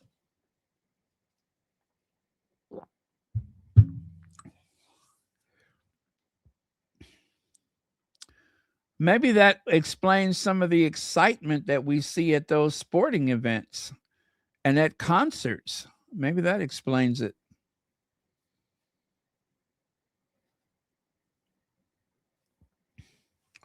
The future of Great Britain, a drunk and a manipulative tart. Well, that was back in what, 2007? You mean to tell me Kate Middleton has been around that family? Remember, they got married in 2011. She has been around that family for over 20 years. 20 years. And it took 10 years for William to ask her to marry him after everyone else assured him that they were not interested. None of the aristocratic girls would have anything to do with him, nor their families. So, yeah, you get what you got. I think Miss Faye Dunaway put it best in the movie Mommy Dearest. I should have known you'd know where to find the boys and the booze. That was one of my favorite lines from Mommy Dearest. I should have known you would know where to find the boys and the booze. She had come to pick up her daughter from boarding school. There was an incident with a boy, and the school kicked her out, her daughter, Christina. And so on their way back to Brentwood, she was digging around looking for a flask so that she could have a sip while she was driving. And Christina said, "There's a liquor store on the corner." And she turned and looked at her and said, "I should have known you would know where to find the boys and the booze."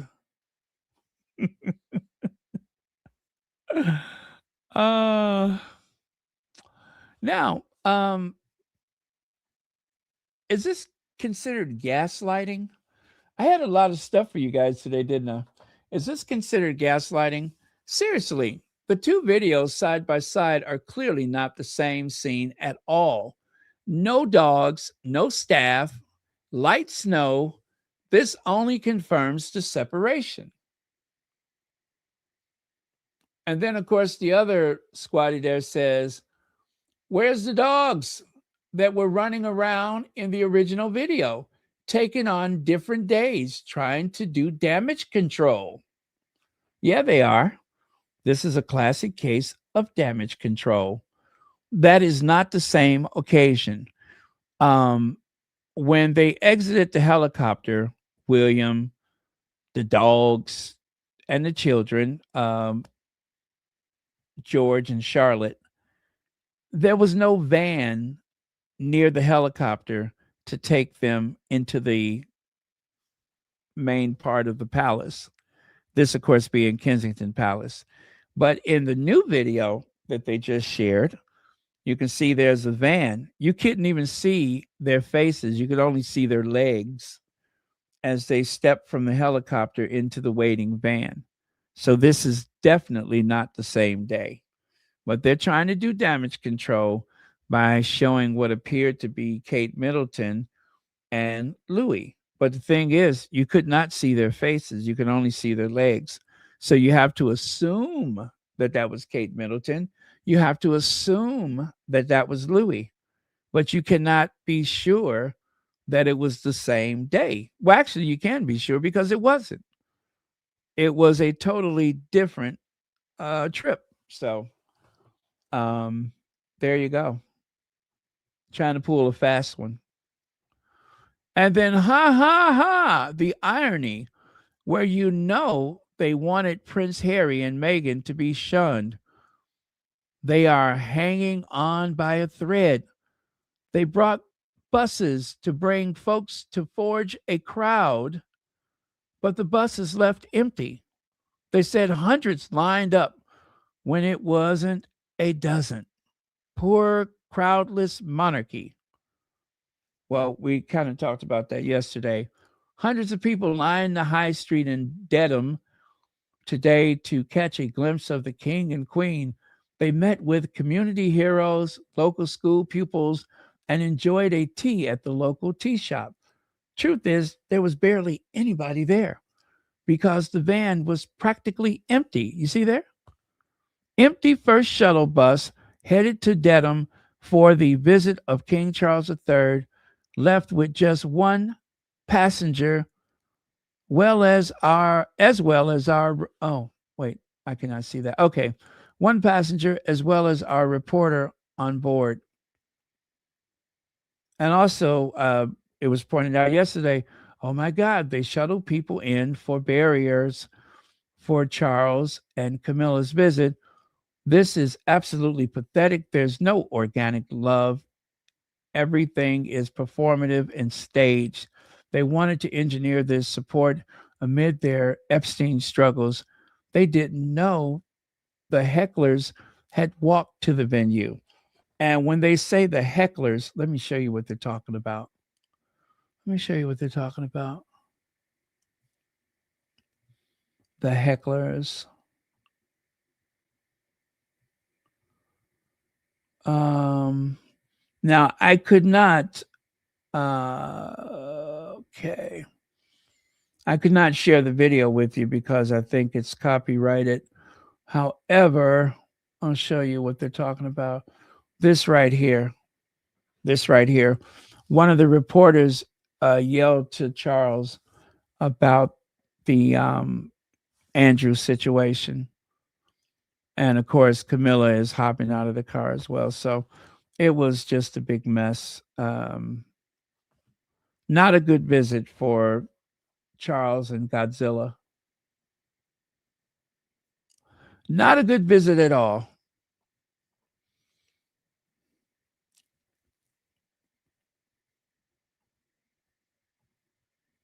Now, Princess of Wales and Prince William announced new staff member as Kensington Palace shakeup continues.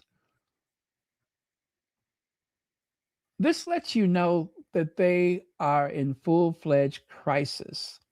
If this doesn't tell you that they are in crisis, I don't know what else would. The Prince and Princess of Wales are bringing in fresh talents to bolster their communication operation at Kensington Palace. Rosie Traynor has come on board as senior communication officer this month, marking an exciting addition to William and Kate's royal household. She's arriving from, Freud's, whatever it is, where she works as a senior account manager. Ms. Traynor holds a master's in political and communication from the London School of Economics, along with a BA in International Relations from Durham University.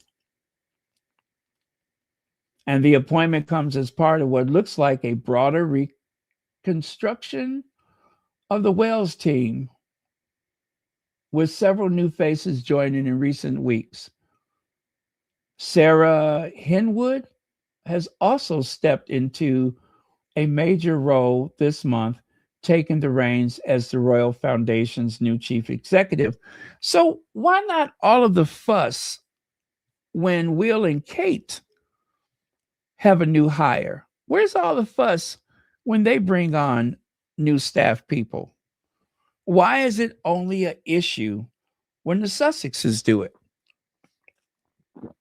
Barely a mention.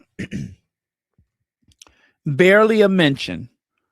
For Harry and Meghan is testament to the fact that they have trouble keeping staff. Nobody wants to work with them. Meghan is running around like a dictator in heels, and more and more and more of the same. But when it's Will and Kate, it's just a matter of fact. It's just a matter of fact. A mere blip on the radar. Nothing to look at, folks. They are in crisis mode. Everything that they have done in the past is not working. They have gotten so much mileage out of leaking and briefing against Harry and Meghan. And also, I dare say, some type of leaking and briefing against Clarence House. The two houses are obviously at war. They are not getting on with each other. There has been all types of leaking and briefing, plotting and scheming. They're not in a good place. And it's not enough to use the Sussexes as a distraction. Harry and Meghan have had so many successes. I don't care if you do want to paint them as money hungry or greedy or whatever you want to call it. None of that stuff means anything in the US. First of all, none of that means anything over here. Working hard and making money is considered a monumental achievement in this country. There's no backlash for success. None. As long as it doesn't involve, things like that file that those files that's been released, as long as it doesn't involve that, it's hard to make an enemy being successful. The idea that Meghan has managed to create this opportunity for her family, that's not a problem. It wasn't a problem for anybody that has gone before her or anybody that comes after her. Nowadays, everybody's calling themselves an entrepreneur. So it's the American way. And of all places, California, which gave the world the movie industry, that is where the big film industry started. I mean, I know that there was a film industry that was thriving in other places, including France, including the UK, but there's only one Hollywood. There's only one Hollywood, the whole dream of Hollywood.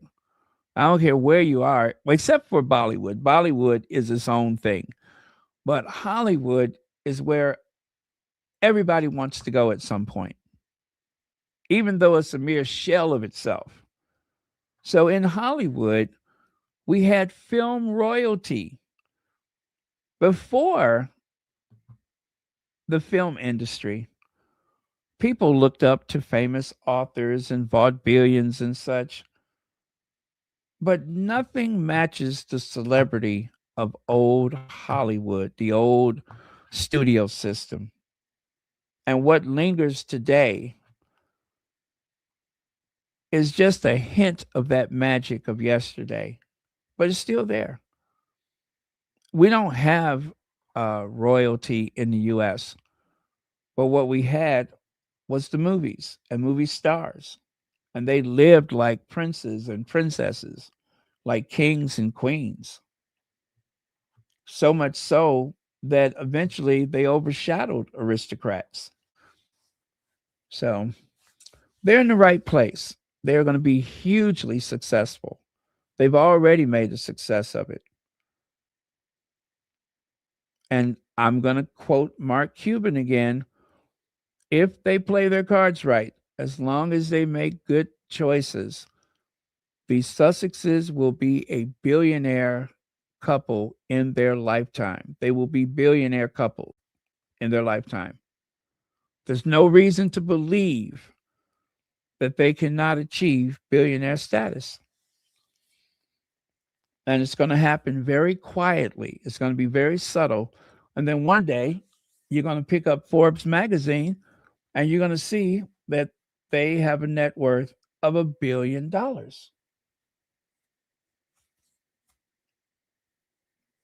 It happens quietly, folks. It happens very quietly. We didn't know that Michael Jordan was a billionaire. How did we find out? We found out because of a racist team owner who said some disparaging things about Black people.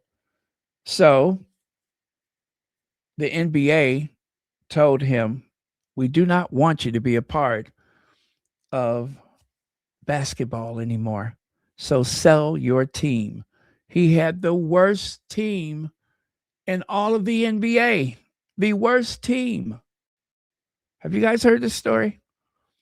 But when he sold his interest in the NBA, he walked away with an extraordinary amount of money. And so people started doing the math. They said if he was able to get that kind of money for the worst team in the NBA, then surely Michael Jordan is a billionaire, considering how much his stakes in his team was. He's a billionaire. That's how we found out. People started crashing the numbers, and they said, well, wait a minute. Michael Jordan hadn't said a word.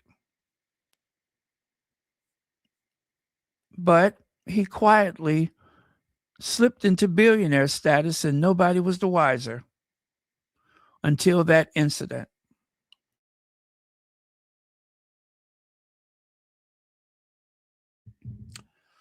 God bless America.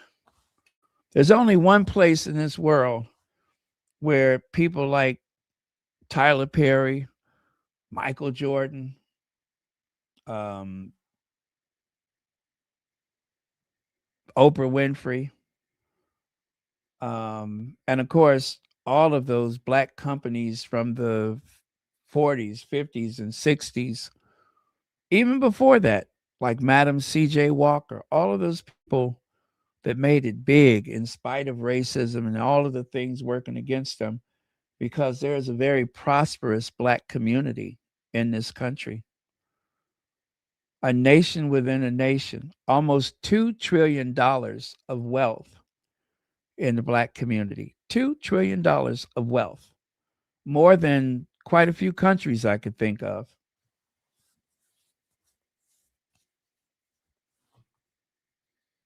So, in spite of the orange menace, you guys, we're going to be okay. We're going to be okay. We just have to weather this storm. Now is not the time to panic. Now is the time to dig your heels in and fight like hell. Keep doing what you do great. I would love this for Harry and Meghan too. I stay independent forever from this royal family. I'm sorry, to stay independent forever from this royal family. What did I say? Uh,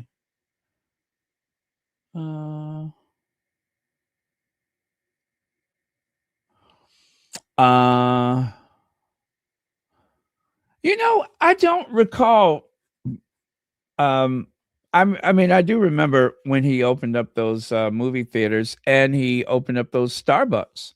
He had a special arrangement with Starbucks to open up restaurants, which, of course, Starbucks does not usually allow for a franchise, but as part of a way to enhance employment in the black community and areas that would otherwise have gone without, they made a deal with Magic Johnson, which just goes to show what an incredibly shrewd businessman that he is. So I don't remember when he reached that type of status. I don't know the story behind it, but I do know that the man definitely has shown a great deal of talent that is in the business world.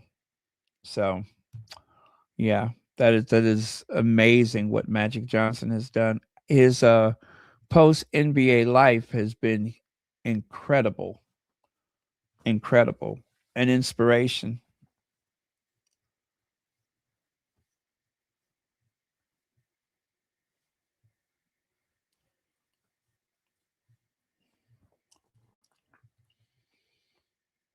Yeah, I think you're trying to say walk softly and carry a big stick, right? Walk softly and carry a big stick.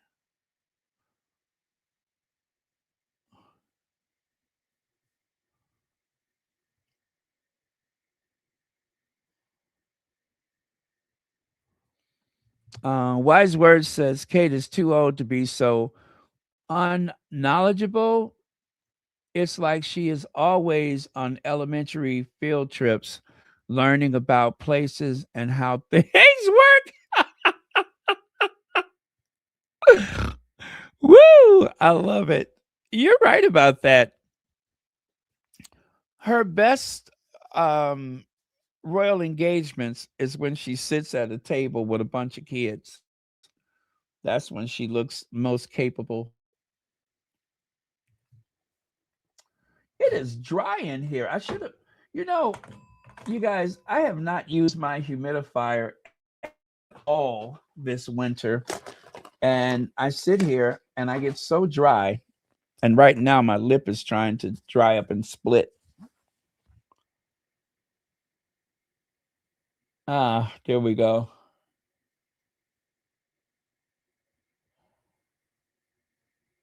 I have been much better about using lip balm this year. I've used it more than ever before in life, and it definitely helps.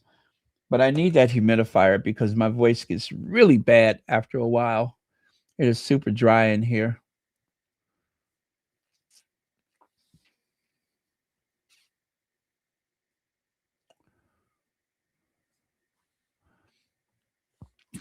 I asked an innocent question, please.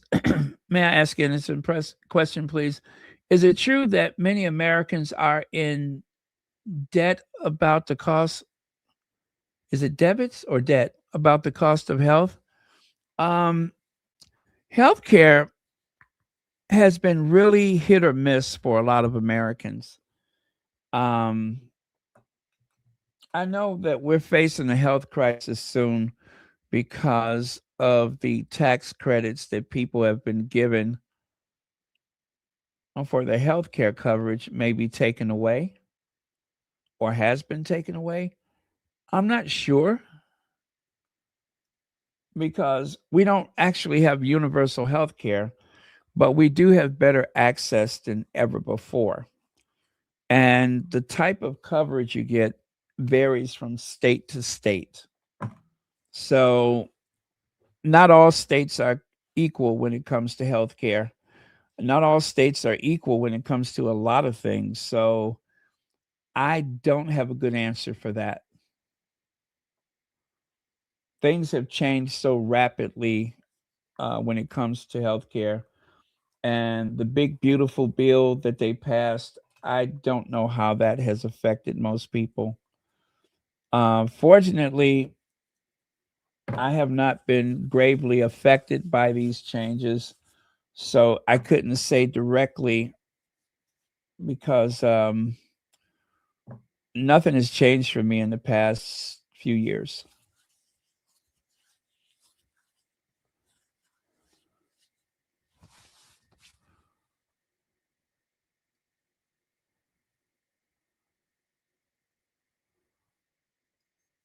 Let's see. I think the Sussexes are on their way this year or next to be millionaires. I think you mean billionaires, right? We'll be so happy for them and buy whatever as ever is selling. Yeah, I'm here to tell you, my credit card has smoke rising out of it. My credit card has smoke rising out of it, okay?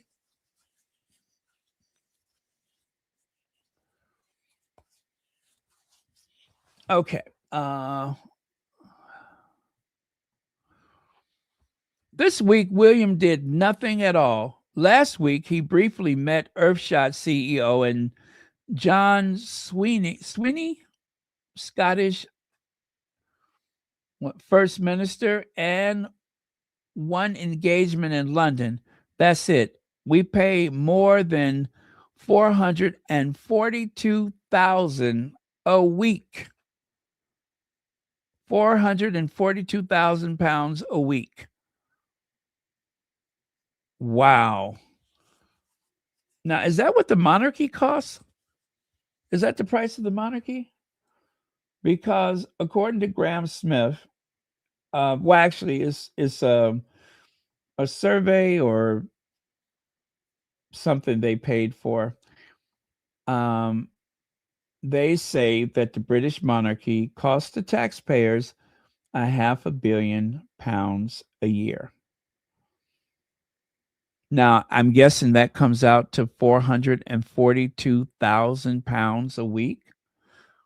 Anybody got a calculator handy? 442,000 times 52. What is that? I'm going to check.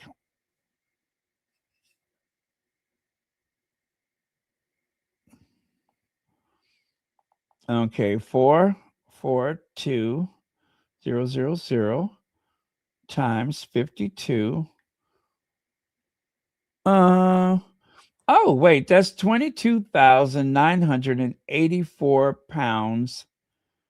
I think that is the yearly salary that William gets. Is that what that is? 22,980,000. Let's say $23 million. I think that's William's salary. The British taxpayers are paying William 23 million pounds a year for William to not show up. How much money does Prince William make every year from the British taxpayers? Yeah, 22.9 million or 30 million US dollars. That's what he's talking about. So every week, William and Kate, every week, they get $442,000. That's how much money it costs for Kate to stay home because she's just not up to it today. Even though someone that's in a worse situation than she still has to go to work. They go from their doctor's visits, their chemo, and everything else, and still have to provide for their families. Whereas Kate, she just picks and chooses when she's up to it. Even though she was being treated for precancerous cells.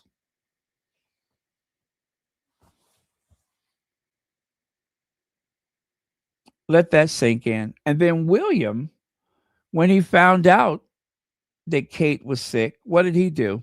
He took off for a month. He did not work for a month. Even though Queen Elizabeth kept every engagement while Philip was in hospital, William,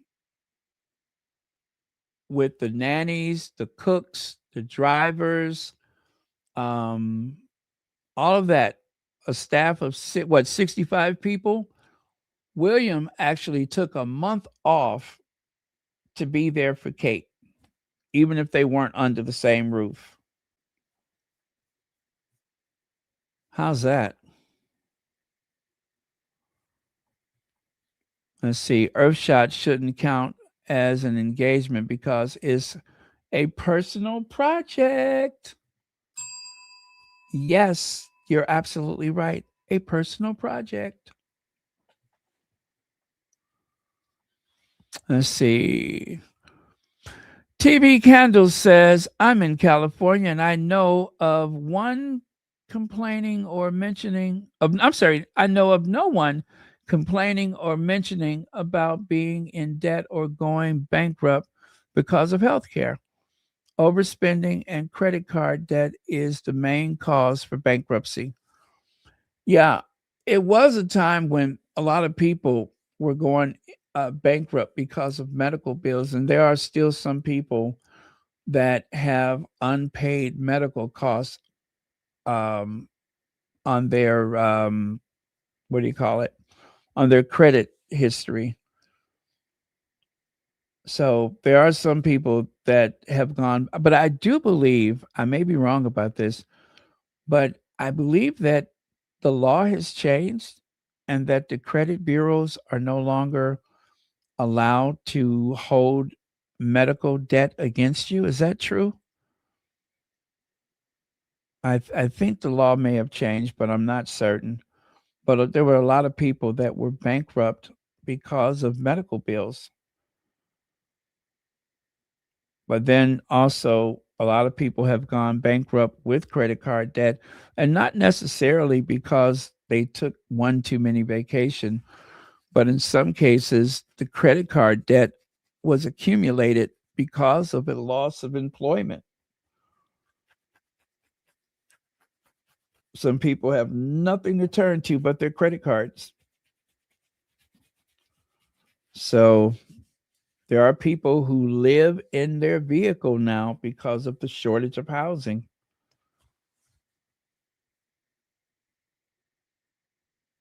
It depends on the state. Okay. Okay, I got you. Yeah, California is pretty generous when it comes to certain benefits, which I think is why so many people try to go there. But I think California has been very generous with benefits. I think is not so easy for benefits in Texas, maybe. I don't know. I don't know much about Texas, but yeah. But yeah, so many things vary from state to state, and that is something that what is that? Reversed the medical bankruptcy exception. Okay. What does that mean? Sorry, I'm not sure what that means. Oh, Trump reversed that? So does that mean that you can get in trouble for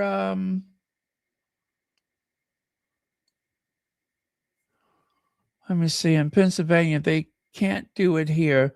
A friend of mine found that out when her job was phased out after being there for over 26 years.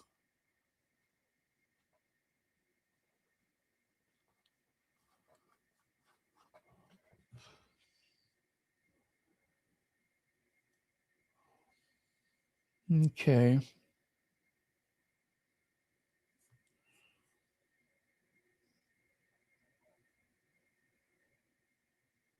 Reverse the medical bankruptcy exception.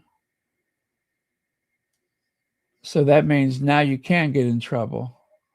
Or I'm sorry, you can be in peril. Okay. Well, I think the next administration will probably change it back. I don't know.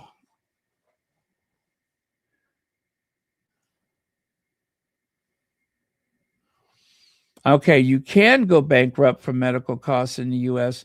Trump cleared the way. Got it. All right. Thank you very much.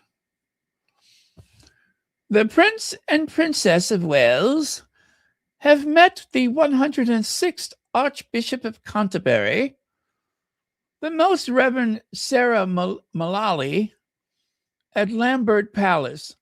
The Prince and Princess are looking forward to spending time with the Archbishop, Sarah, and building a strong working relationship with her.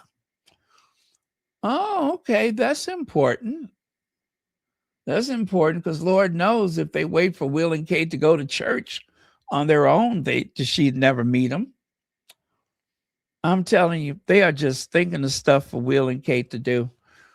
They are trying to look as busy as possible. Will and Kate going to visit the new Archbishop is going to put so much food on the table for people that are suffering from food insecurity.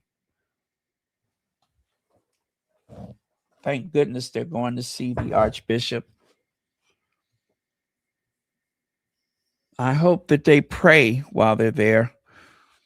I hope William prays for a heart, and I hope Kate will pray for a brain. Not a baby brain, but a real brain. So royal staff speak out. King Charles and Prince William aren't talking anymore. According to Glow, even though King Charles is a deadbeat evil dad to Prince Harry, I've always felt he preferred Harry to Prince William. A courtier also notes that Charles actually has bigger issues with William than he does with Harry, saying Harry is emotional, reactive, and predictable. William is controlled, strategic, and stubborn. That's much harder. Well. Here we go. I'm going to talk about this some more tomorrow, but let's just do a little bit of this today. As we're all well aware, thanks to Spare, Prince Harry's feud with his relatives has made a lot of headlines over the years. But turns out King Charles and Prince William straight up aren't speaking at the moment.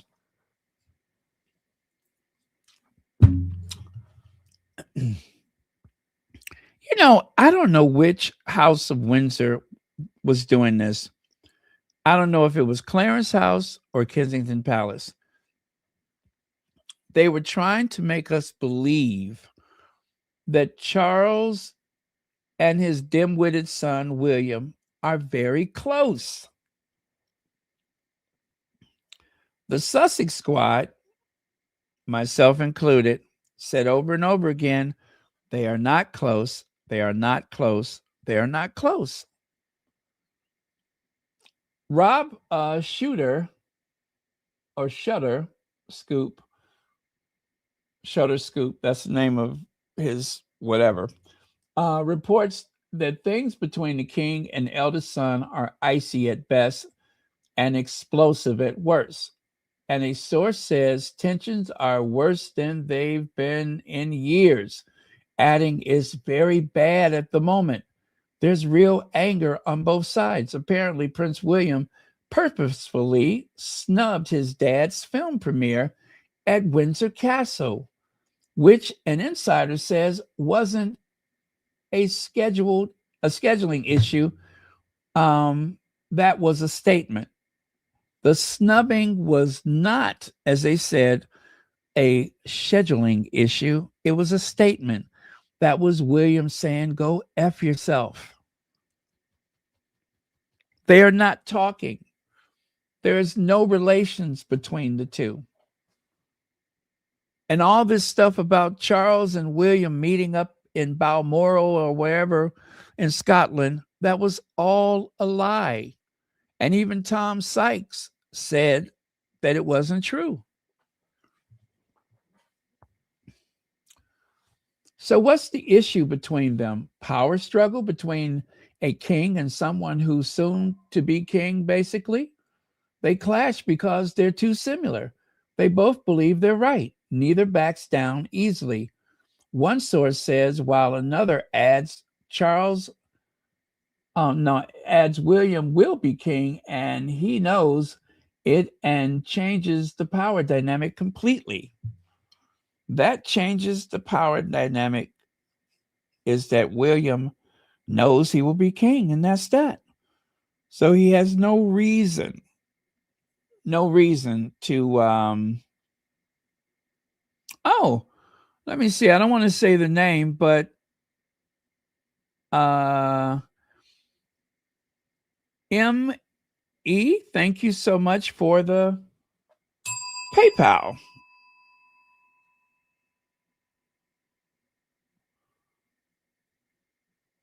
Oh, okay. Listening to you right now. Thank you for keeping us sane. Oh, thank you so much for that. Wow, I'm jealous of your location. I'm very jealous of your location. I think we should trade places. I really do. Well, thank you very much. Merci. So, tensions have seemingly been brewing for a while. Back in December, a source told Us Weekly that Charles is not thrilled about the narrative that William's in control. Remember, they kept saying William's in control. They had to talk to William. William was consulted first. And Charles got tired of hearing it. Every time you turn around, William this, William that, William this, William that. And Charles has had enough of it. Yeah, William's in control. And he doesn't feel great about it, as he has finally attained the position he has waited for his whole life. Now that he's king, everyone is focused on who will come next. Charles wants William to succeed, but William can't be strong-minded and stubborn. So that was from Cosmopolitan magazine. Actually, it was a very short article. But yeah, that is from Cosmo. And we've seen this brewing for a while. Every time something happens, William leaks and brief about how he feels and what he thinks, and they didn't consult him. They should have asked him first. They didn't do this without that, right? And what about the whole thing with Andrew? William is likely the one who orchestrated this punishment. But Charles is king. William is having his courtiers brief the press and exaggerating his role, or even insisting that there was a role at all. How could William have been orchestrating anything if he and his father is not talking? There can only be one king. You can only serve one master and one mistress.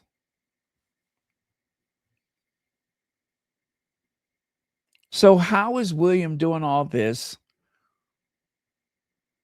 And Charles seemingly has no input, as though Charles is so frail that he has to ask William. You know, the whole thing about Charles seizing power from his mother, he was Prince of Wales for what, 70 years? So of course she gave him responsibility. It was the right thing to do. Just the wrong person, but it was the right thing to do.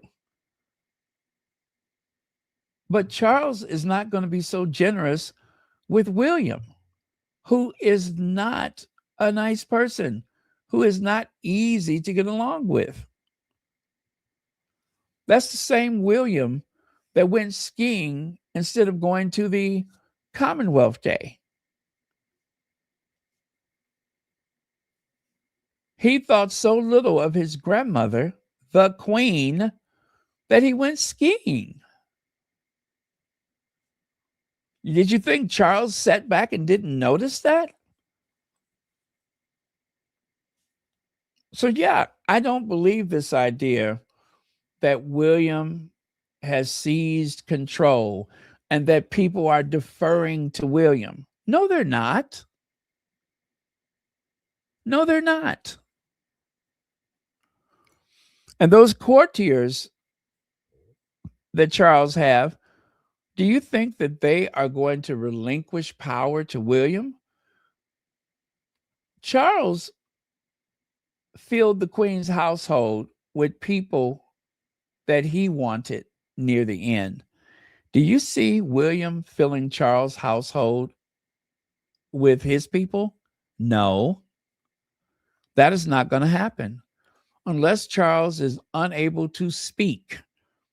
Unless Charles is unable to eat solid food, that is not going to happen. Charles would be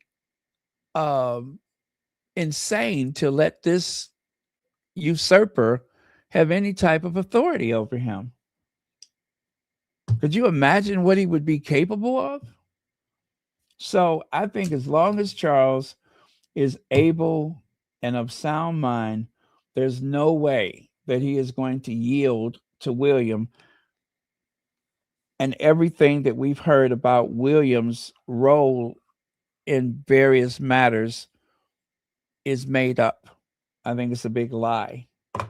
I just don't believe it.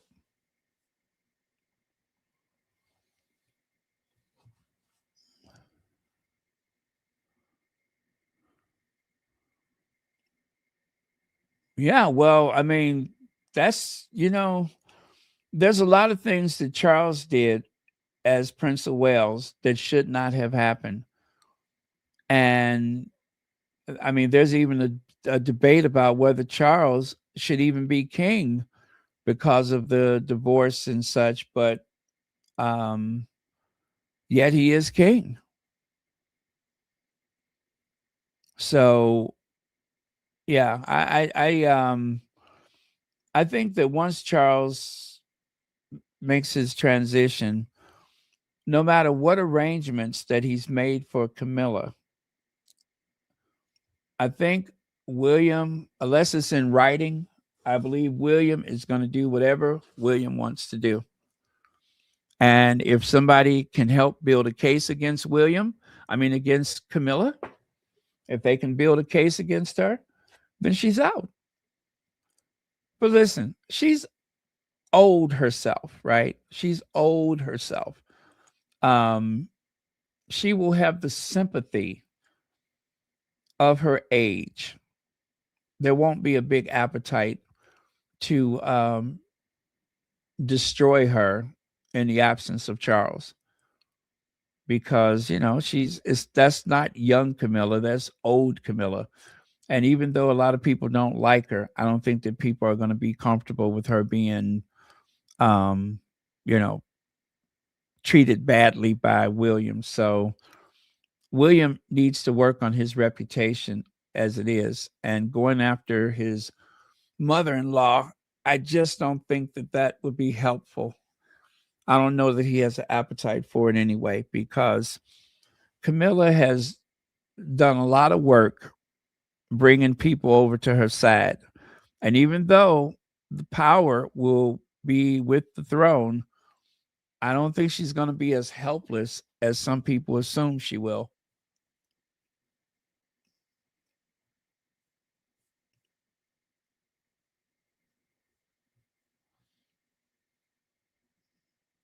Yeah, that is so true. She's not in the greatest of health herself. There's been periods where she's been absent. So she's not in the best of health herself. And if her health goes into a decline, do you think William is going to go after her at that point? I don't think so.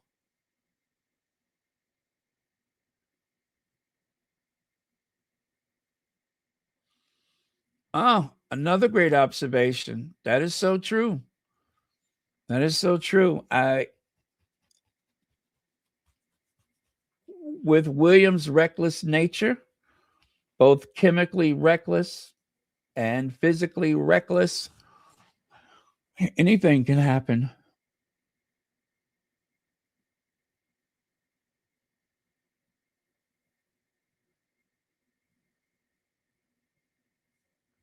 Oh, wise words.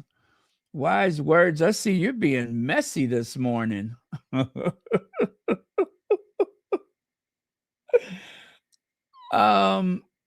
Well, look at how they got rid of Angela Kelly.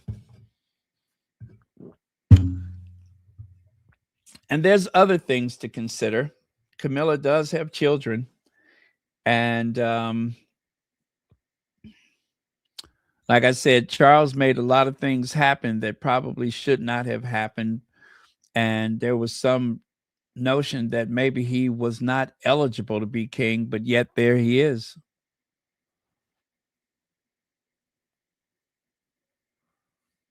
Hazel Jones says, as a dowager queen, she has a certain protection. I really believe she'll be happy to go sit in the country and watch the show. Yeah, that's what I'm thinking. I just don't believe that that he's going to go after her. They seem to get on very well with each other, and maybe that has changed recently, maybe not. But people are not going to accept William being nasty to her. I just don't think that's going to happen. And if she's in poor health, then definitely there'll be no appetite to go after her.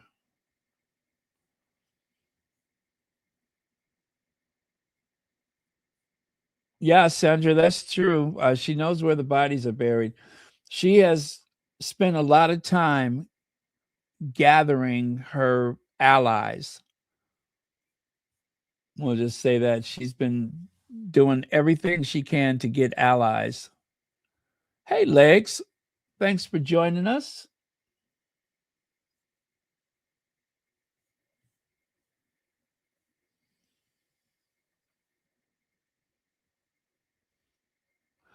Wow, 713 people.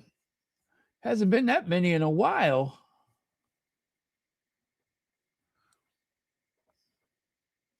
Well, you guys, that was all I had for today. I'm going to stick around a bit, but that was all I had for today.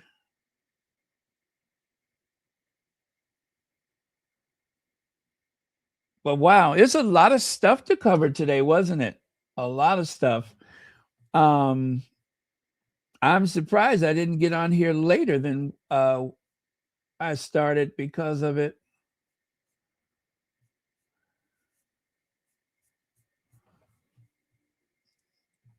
But it's going to be interesting to see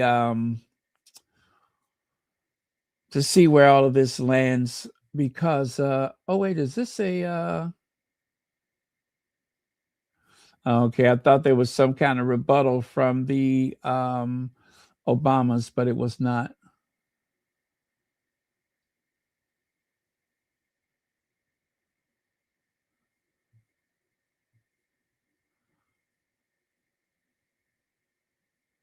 Oh wow, what is this movie? Proximity? Is that a new movie on Netflix? Proximity? I haven't seen a good sci-fi movie in forever. I could use a good sci-fi.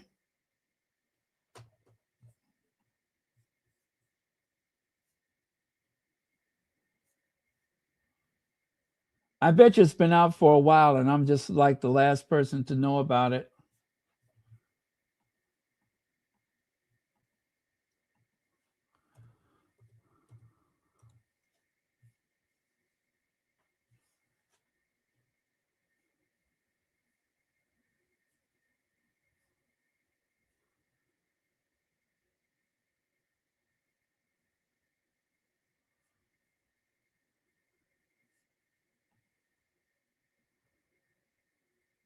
We don't have proximity, but you might like, well, who's got proximity? I want to see that. That looks very interesting.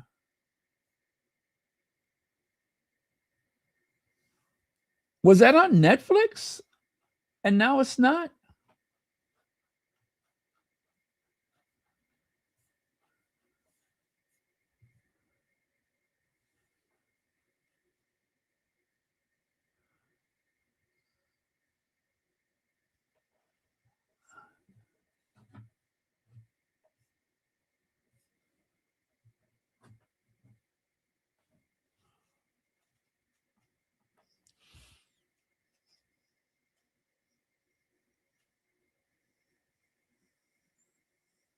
Well, you know what?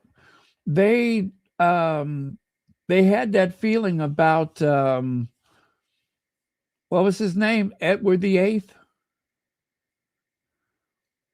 And of course, he abdicated. William is too vain and arrogant to abdicate because without being king, he would have no purpose.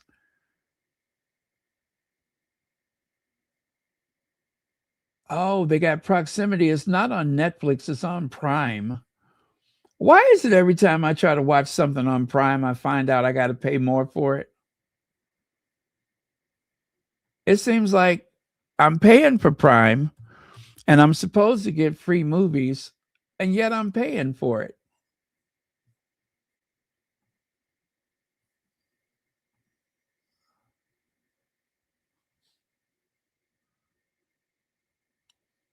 Did anyone watch Awake? I don't know. I think I saw it.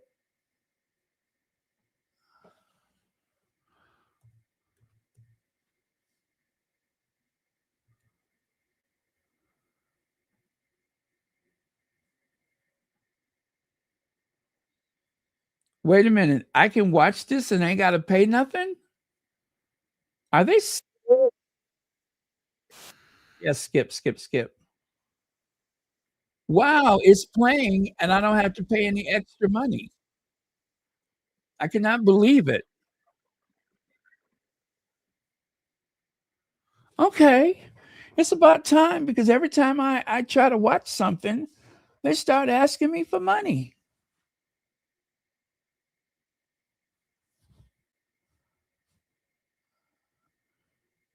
Oh, proximity is hard to watch.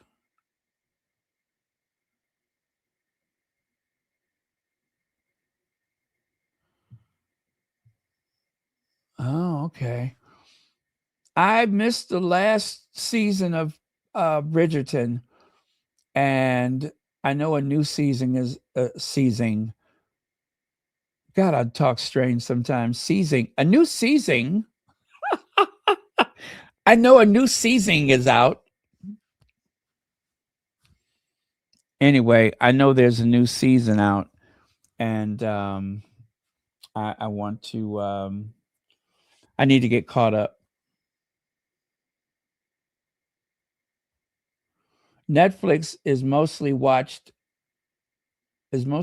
Korean, Japanese, Chinese dramas. When Harry and Meghan content only. Okay. On Netflix, I mostly watch Korean, Japanese. Okay. All right. I am embarrassed to say, I'm not embarrassed. I'm just going to tell you, you guys, I need to come out. I'm coming out. I have been watching some of those little dramas that you download on your phone.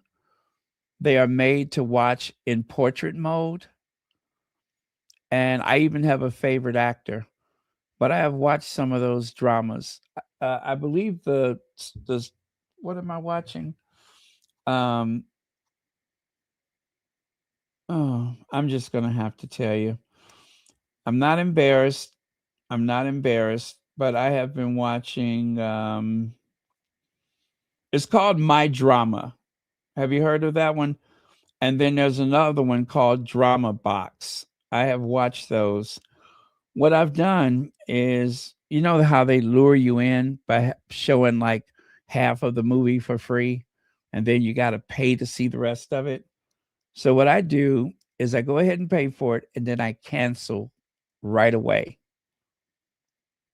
That's the only way to escape paying month after month because you forgot you have it.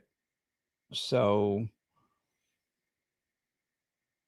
but yeah, I have a favorite actor that I think is absolutely brilliant.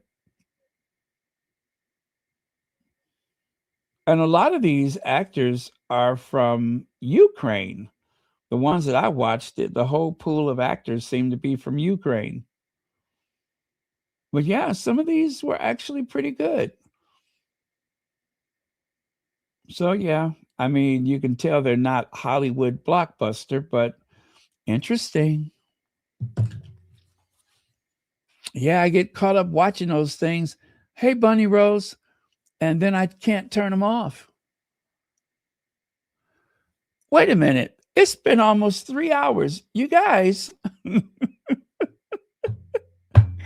didn't realize I've been on here that long. I looked a minute ago and it was 2 hours. Now it's 2 hours and 47 minutes and 53 seconds.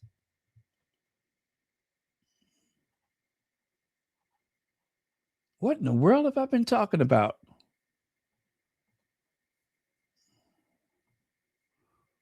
Anyway, let me go back up to the top.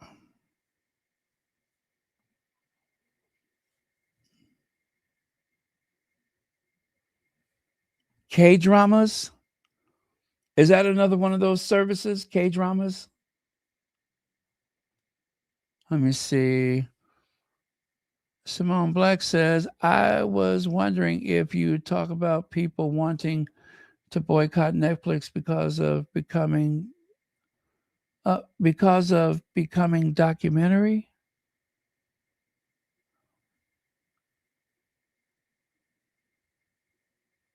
Because of becoming documentary.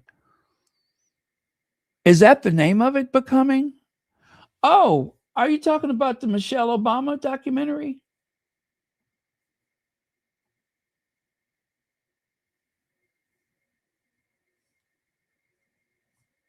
Is that what you're talking about? Is the Michelle Obama documentary? Oh, yeah, it's called Becoming. I see.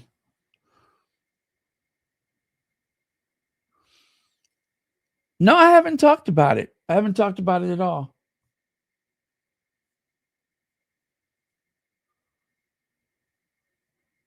Um,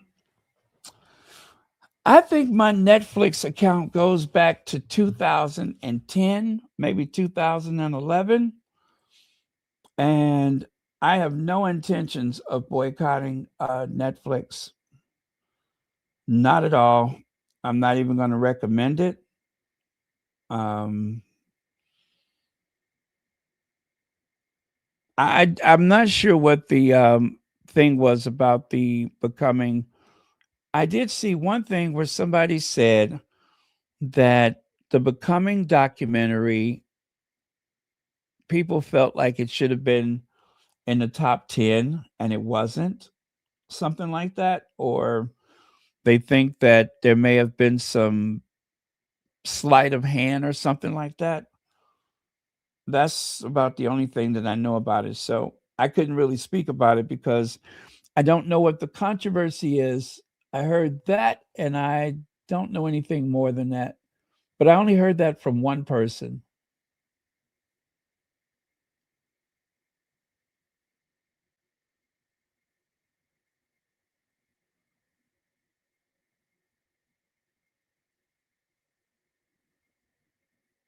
Let me see. So the racist people are mad that Michelle's documentary is doing better than 97 minutes of reading subtitles. Oh, you mean Melania? I hadn't heard this, but who was stopping them from tearing down theater doors to see it? Okay.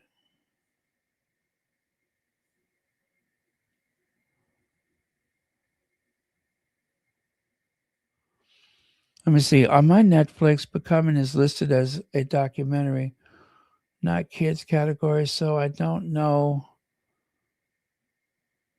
the reason for the boycott.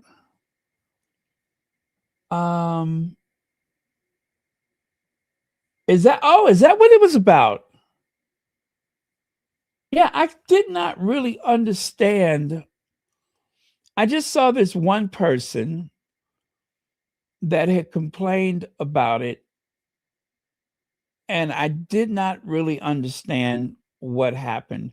But I do remember something about them saying kids category, and they thought that was unfair.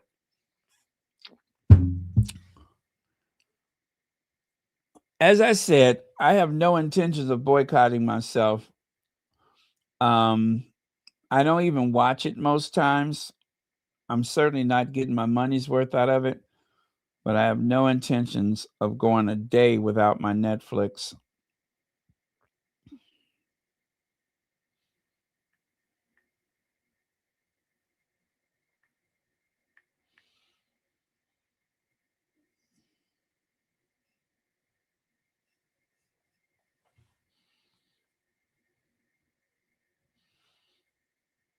Oh, look here. Okay. It says, thank you for joining Netflix. Your account, when is this? No, it was back in 2012. That's when I signed up, 2012.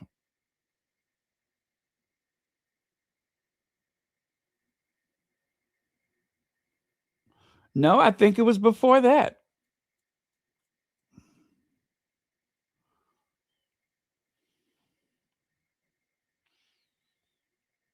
No, I think it was more like 2010.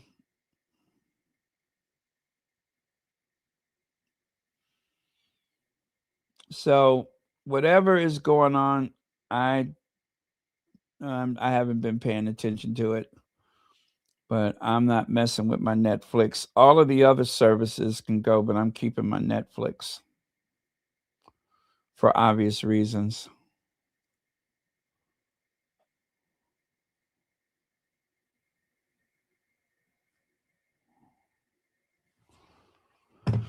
Okay, and whatever the fuss is, I hope that it works out.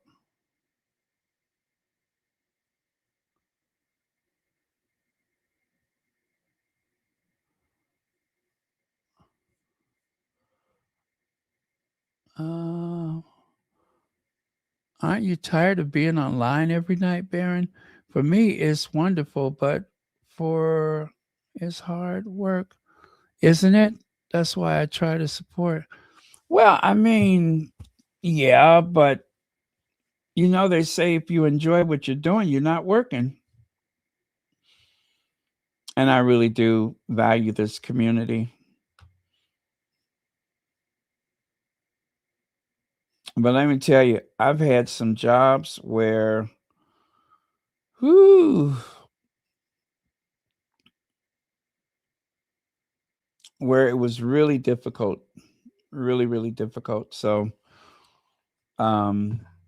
yes, this is hard work some days. It's easy work, but you work hard, You have to do a lot of research, and Lord knows you want to be as credible as possible and truthful as possible. So, yeah, it's work. It is. And some days are easier than others, and some days are more difficult than others.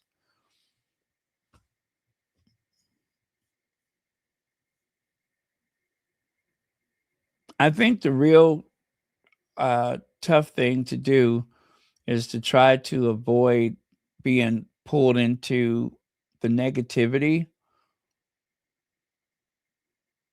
Um, because of this work, I'm looking at tabloids every day.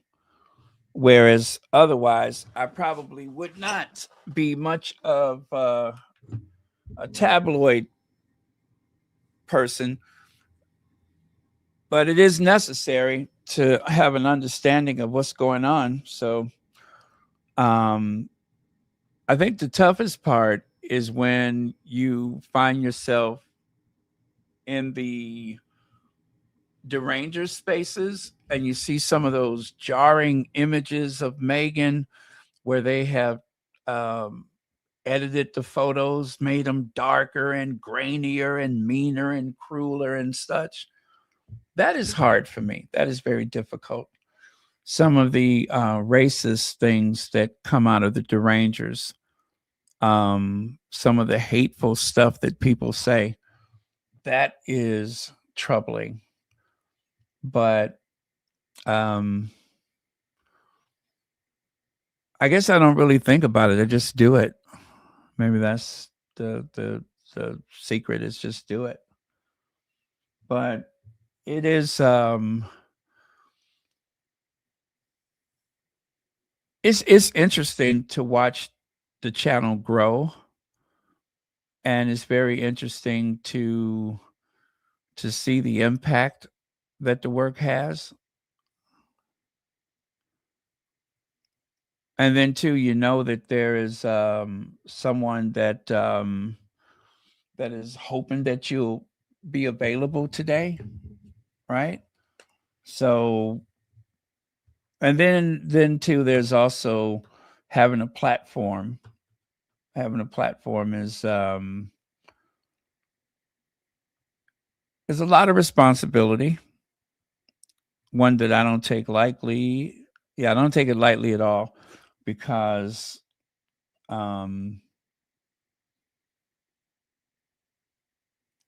whether or not that was my intention, now I have become a news source, right? Royal Sussex has become a news source. So you want to make sure you get it right.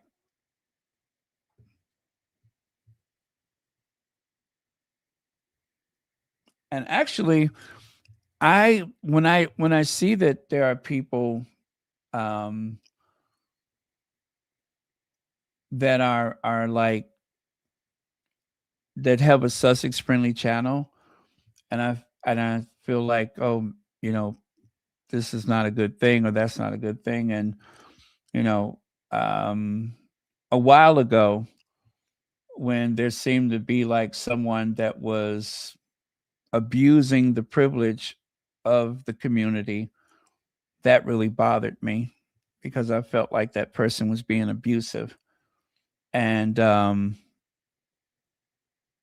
not just myself, but other people in the community took exception to it. And some people let that person know that they had gone too far. Right. So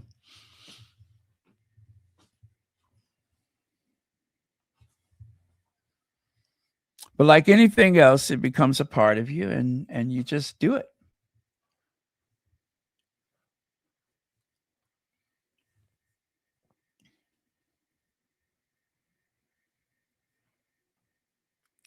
Oh, well, that's good to know. That is good to know.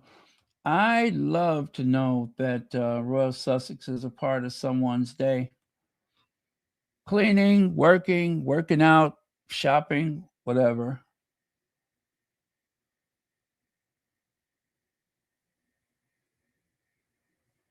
Oh, you're quite welcome, and thank you for being a member.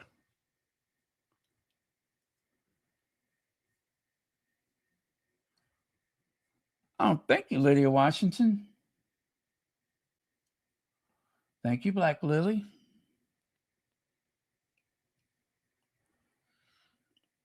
Oh yeah, it does take time to put stuff together. Fortunately, though, I have a library of things that I have accumulated over the years. So sometimes I can pull out some old slides that I had. I'd be like, "Oh yeah, I got such and such." And sometimes I remember that I have it, and then other times while I'm trying to put together something, I'll find some article related to it, and I really get a kick out of that.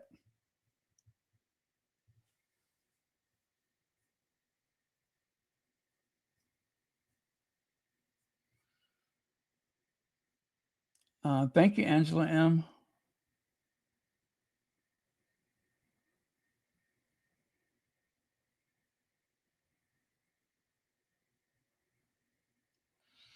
Yes, whatever. Thank you very much. Whatever happened to Terrell? I hope he's okay. He had lost his mom, and then he wasn't on for a long time. And anyway, I hadn't really even thought about him in forever and a day, but I hope he's okay. You know, grief and mourning and such, you can think that you're back and you're not really back yet. You know what I mean? So no matter how old you are, there's always like that period of mourning, and then you try to create a new normal for yourself. And then sometimes later on, you realize you're not all together, where you want to be. So I think grief comes in waves, right? There's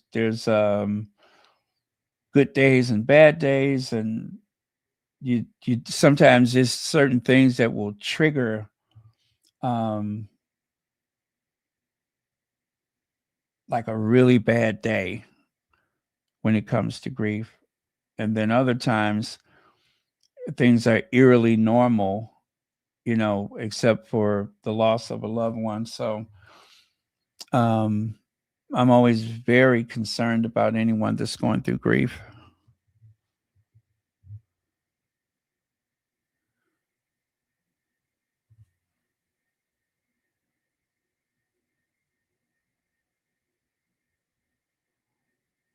No, I did not know that.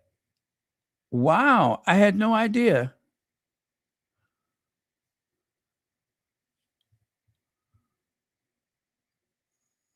Oh, that's awesome. I saw him one day out and about, and I didn't say anything to him, but I did see him one day.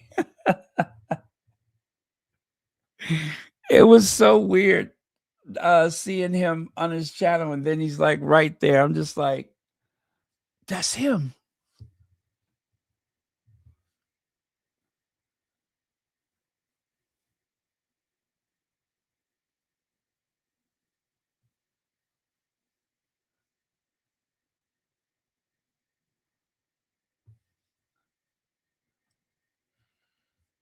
Yeah, one of these days I'm going to be out and someone's going to hear my voice.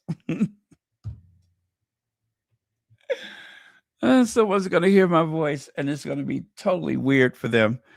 And yeah. And I think sometimes when I'm out, I'm always wondering, Well, actually, and sometimes I try not to talk so loud.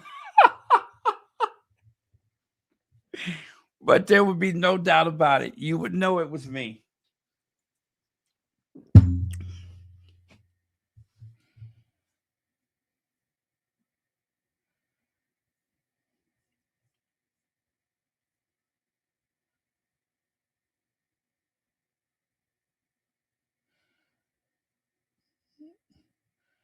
Oh yes, and don't we credit Terrell for Sussex Squad? Wasn't he the first one to say that?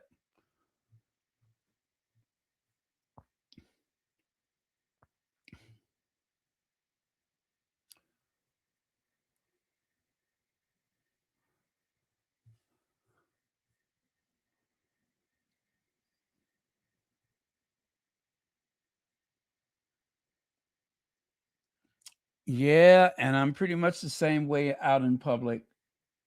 I am very much the same way out in public. I go into my whole routine. Let's see. Penny Wiseman says, "Hi, Baron and family. It is true that the cow was trying to secure property for her kids, but the property was given to Edward's daughter via Queen Elizabeth II." Really? Well, I have that theory about Camilla's property, that Charles purchased that adjacent property and that property is going to go to one of her kids. If I had to guess, I'm going to say that uh, Camilla's son will get the Ray Mill and that her daughter will get the other house, the one that Charles just purchased, like a year ago, 2 years ago. I am willing to bet you that they are destined to be the owners of those two properties. That she'd probably want to keep her litter together upon her demise.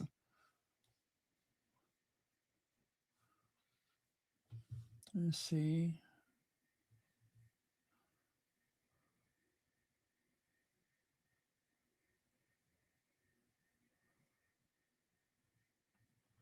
Let me see. We were from friend adjacent groups. I talked to him a few times. Oh, okay. Well, he seems very nice.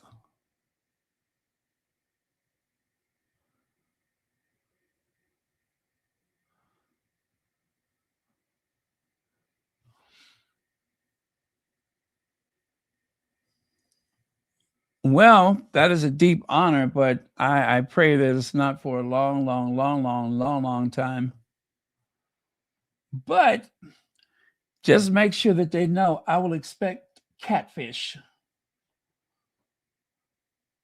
Nothing helps my mourning and grieving better than a good pan of catfish fillet.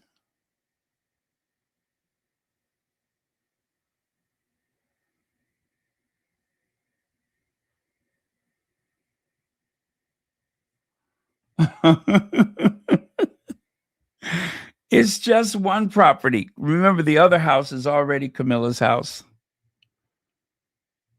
So he only purchased that adjacent property. But you're right. If it's through the Prince's Trust, that could be problematic. And the excuse of it was well, should I say, the excuse for the purchase was that Camilla's privacy would not be in jeopardy. They thought that the house may be turned into a wedding venue or Airbnb. I think that's a bunch of crap. They just did not want a stranger moving to that property. And Charles is going to leave that property to those kids.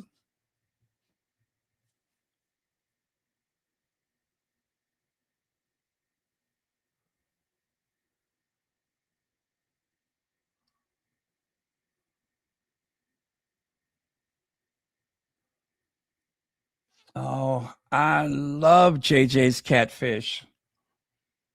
I love JJ's catfish. And I only started eating JJ's catfish, oh gosh, maybe about 5, 6 years ago. I would see it and I was just like, I don't want nothing out of that greasy hole in the wall. I don't want that. That's not good food. Oh my God. Once I tried it though, I went back the next week and the next week and the next week. It just was not the weekend if I didn't have my JJ's catfish.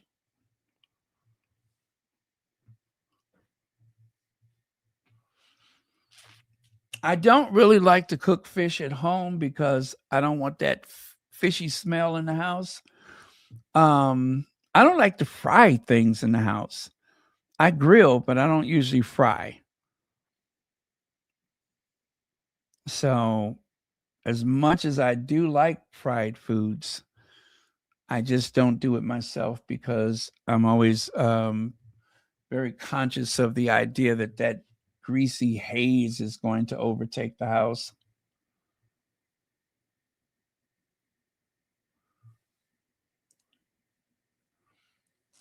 Harold's Chicken, yes, but my favorite is Uncle Remus. I love Uncle Remus. Oh, Uncle Remus. Tried Uncle Remus back in the 90s. As a matter of fact, it was after a funeral. And everybody said, where'd that chicken come from? Uncle Remus. Where they at? Over on Madison and what was it? Madison and what was it cross street? Anyway, it was over on Madison. Or was it Chicago Avenue? I think it was Madison. So that's when I started eating Uncle Remus. Love me some Uncle Remus. Let's see. Vanessa Jones, thank you very much for the super sticker.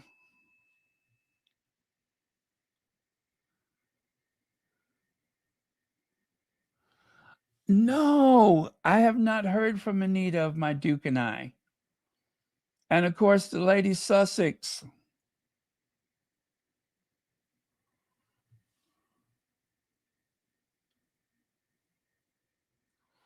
Yes, Uncle Remus, absolutely. Yes, indeed, there is an Uncle Remus around. I think they only have a few locations. How many Uncle Remus chicken in Chicago? Let me see. There's one on 47th Street, one on Central and Madison. There's one in Broadview and West Garfield Park. Okay, so Central and Madison. That's the one I used to go to, Central and Madison.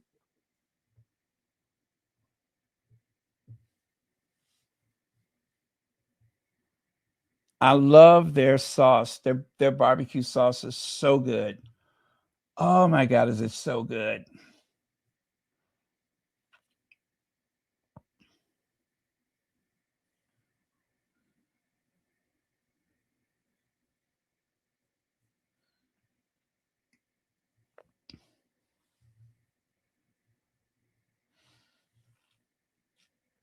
How many Harold fried chickens are there?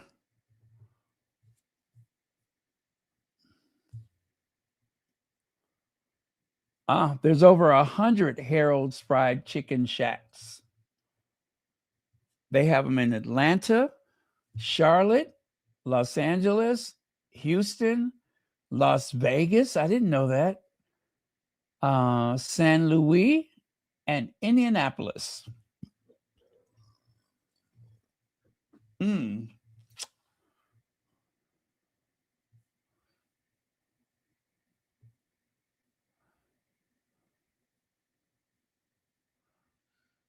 Heather Stroud, thank you very much for being here.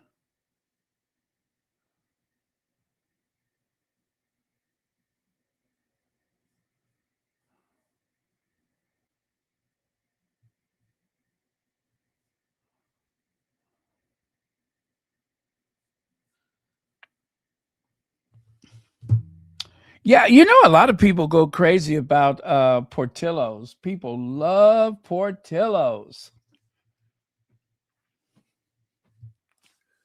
Anybody who ever lived in Chicago, when they come back, they make a trip to Portillo's.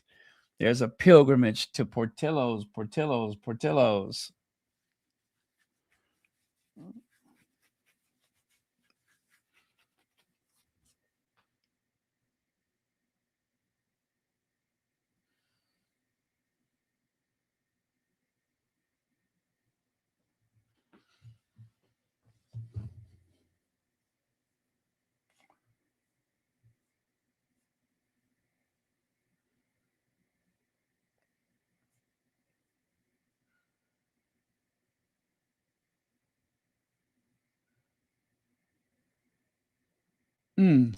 So there's 100 Harold Chicken Shacks, 40 of them within the Chicagoland area.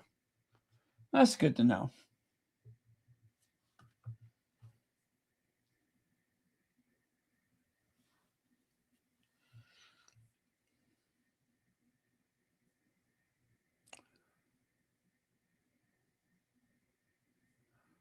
I remember I had my first Philly steak sandwich.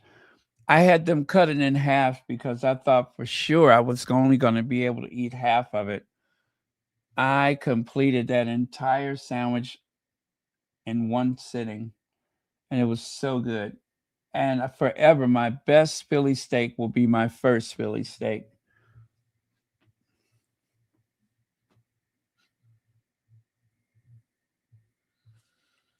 I don't know. I have not heard of anyone eating a hoagie in I don't know how long. And I'm not even sure what a hoagie is. I think I had one before. It seemed like it was like ground beef with a lot of, like, I guess, chopped vegetables in it. Like, oh, I don't remember. But anyway, if I'm right, it seemed like it had a sweet taste to it. Is that what a hoagie is?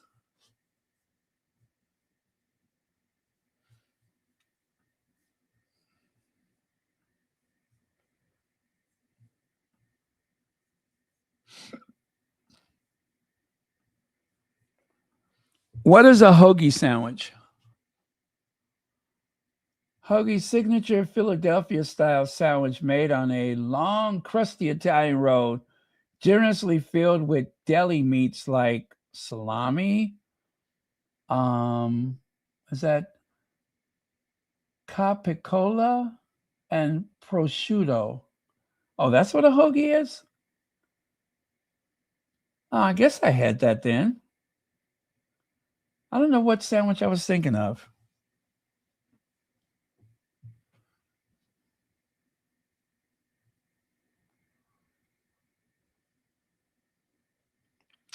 I know when I had my first poor boy in New Orleans, I was so disappointed. I don't know what I expected. It was not all that.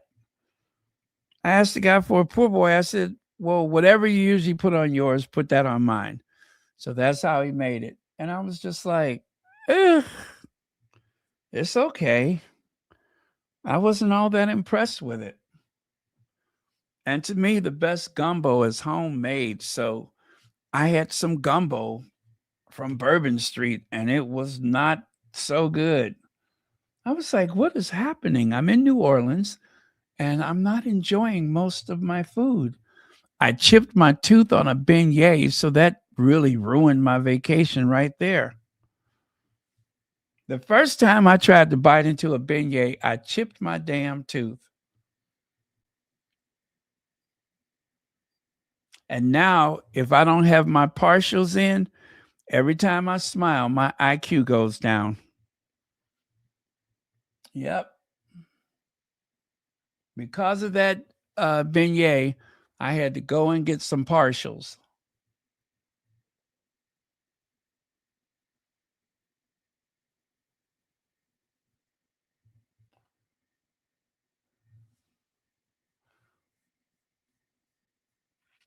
Yeah, I kind of thought that was the worst place to get it, but you know, my hotel was right there, and I didn't see myself going to some. Anyway, I had a neighbor that was from New Orleans, and that was my introduction to gumbo. So I'm pretty sure, unless it's homemade, I probably wouldn't enjoy it at any restaurant.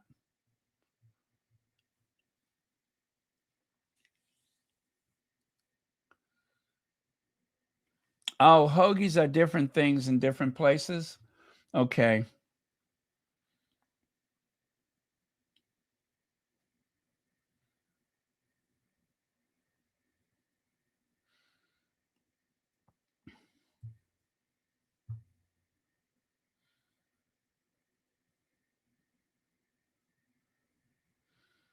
You know, it's always like that though, isn't it?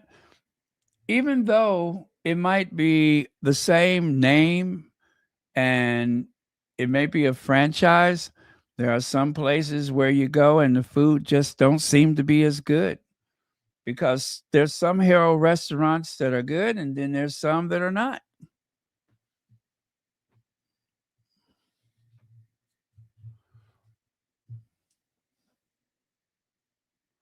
The po' boy, no, I didn't get it on Bourbon Street, but it was someplace close to Bourbon Street. So I probably went to the wrong place.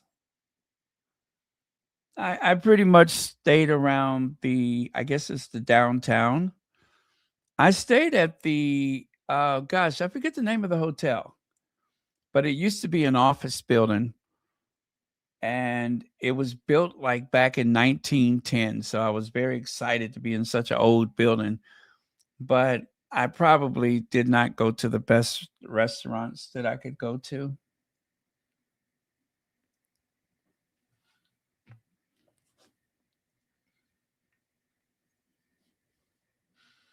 That's like when people come to Chicago and they say, "Where's the best pizza?" Well, we get pizza from our neighborhoods. We don't eat the downtown pizza.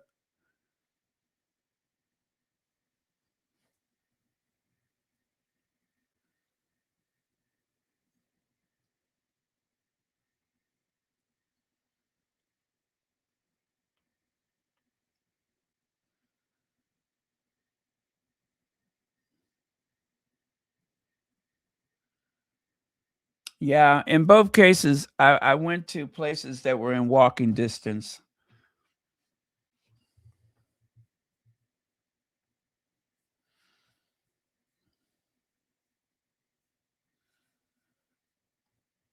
Did I tell you guys about that damage to the hotel room and how I fixed it?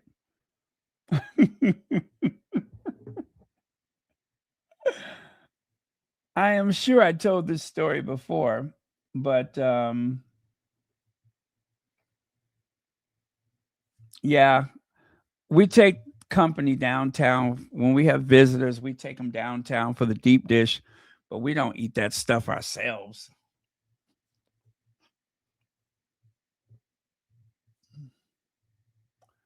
Deep dish is good every so often, but I only eat deep dish when there's company in town. When I have guests, then I eat deep dish, but otherwise I don't usually eat it.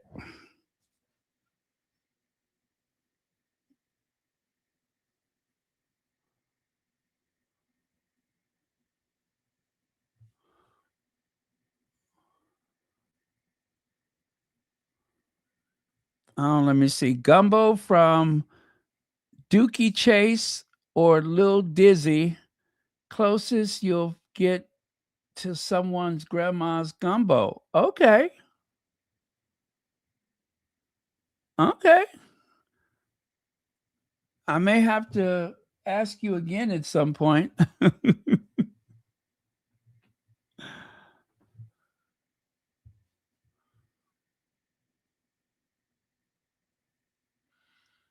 Gladys? I don't think I've ever went to Gladys's.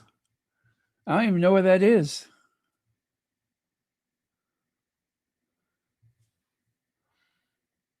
Oh, I love the currywursts. I ate so many sausages in Germany. I just belched my way out of the country. I love German sausages. They are so good.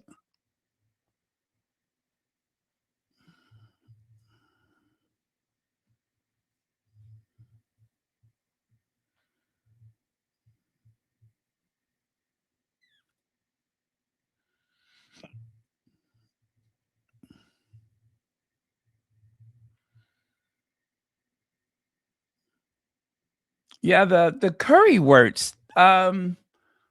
That is the sauce that they give you with the sausage, right? It's like a red sauce. Is that why they call it the currywurst?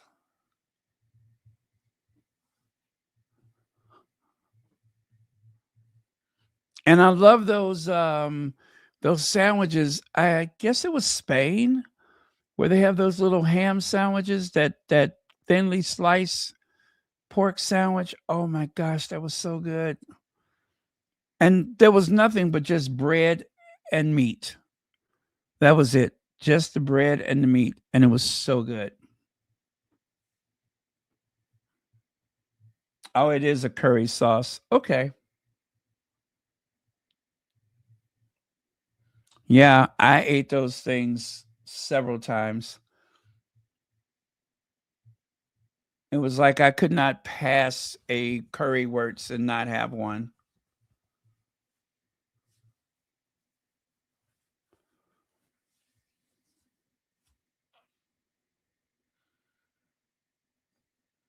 I had fish and chips one time, and that was the day of Harry and Meghan's wedding. I went to a fish and chip shop right there in Windsor, and it was delicious. They had the malted vinegar.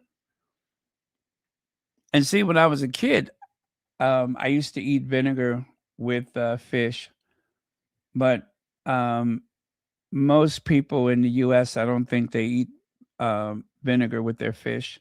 But when I was a kid, that's how my mother used to eat it. So I ate it like that too.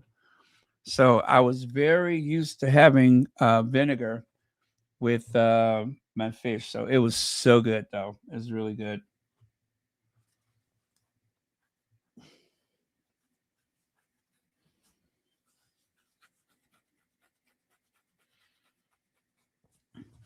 I wish we had a proper fish and chip restaurant in Chicago. I don't know if we do. Maybe Elephant and Castle Restaurant.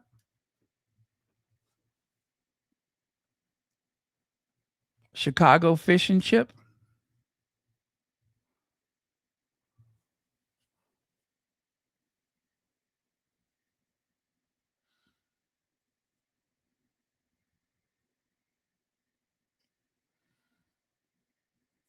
Let's see. Elephant and Castle fish and chip.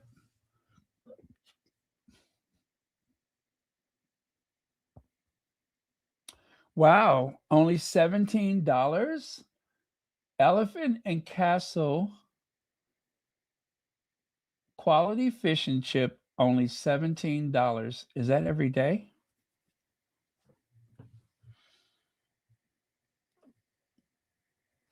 They have one on Wabash and one on Adams.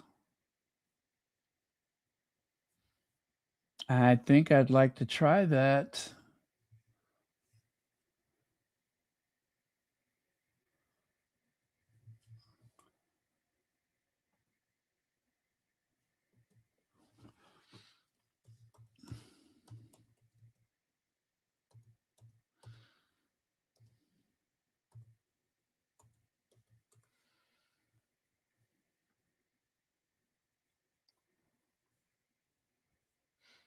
Well, it looks like they have a dipping sauce, but I do not see any malted vinegar.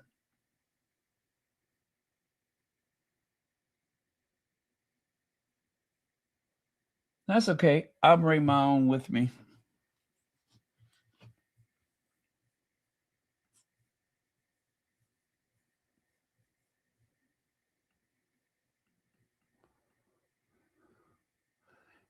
Okay, you guys. How is it another half hour just that fast? Did somebody roofie me or what? Let me see here.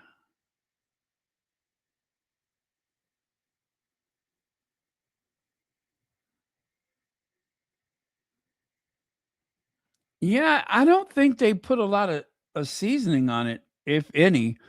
Um, all of the flavor for me came from the malted vinegar. Yeah. I don't think that the fish itself had much flavor to it.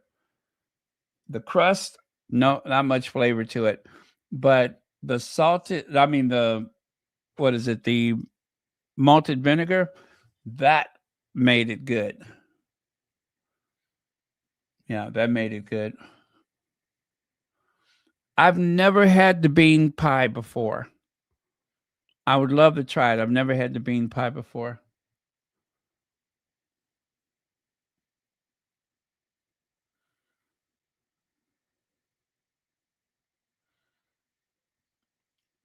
Do people eat catfish outside of the US?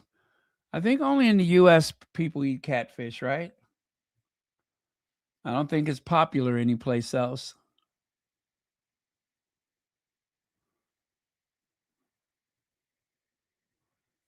Homemade gumbo is the best.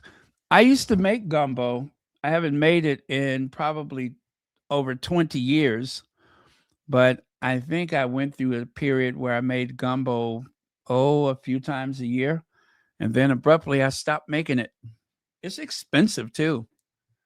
And then you got to clean those shrimps. You just don't want to put any shrimps in there. You want to get the shrimps and clean them yourself. That's where you get the most flavor from.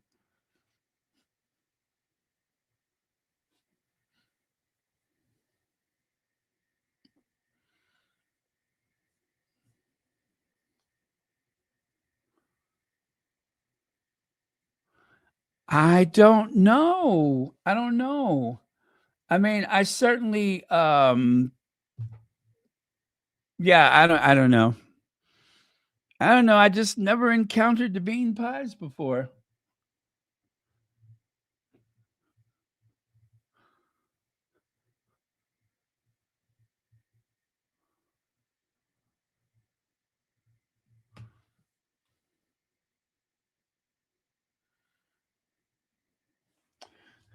Let me see.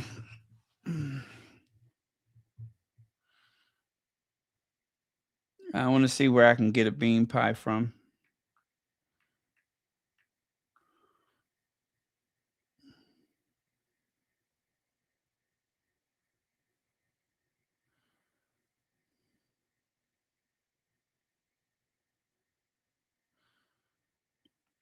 Shabazz bean pie. Now that sounds righteous.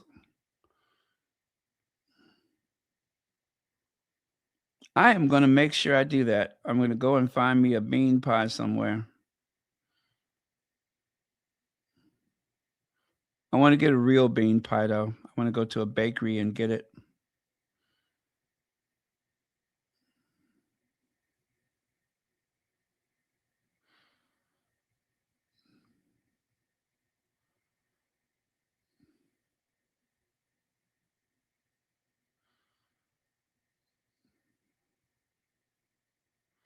It seemed like they sell them like on the corner or something like that, don't they? Like when you get off the train, they're like right there.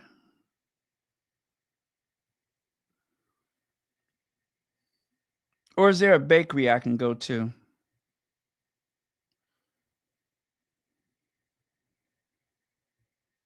I did have a full English breakfast. I thought it was rather tasty.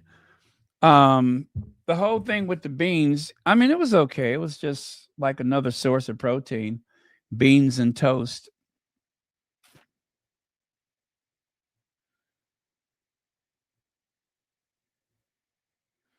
Oh, they eat catfish all over the world, huh? I know some people are like, I don't want any catfish. They're a bottom feeder, blah, blah, blah, blah, blah. Well, so are some of the people that I have known my whole life are bottom feeders, and I don't reject them, so I'll eat the catfish.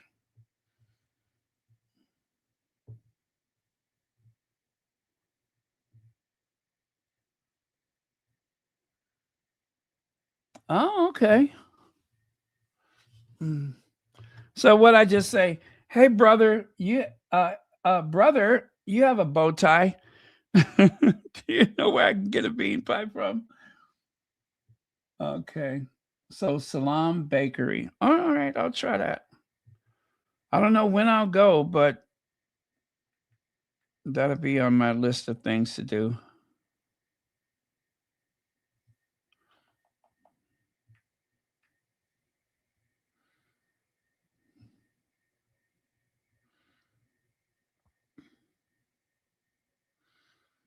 Oh, okay. That's kind of far from me.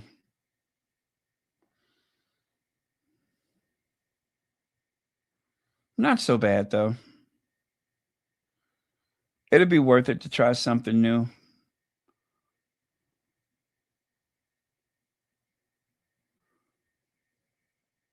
I wonder if they deliver.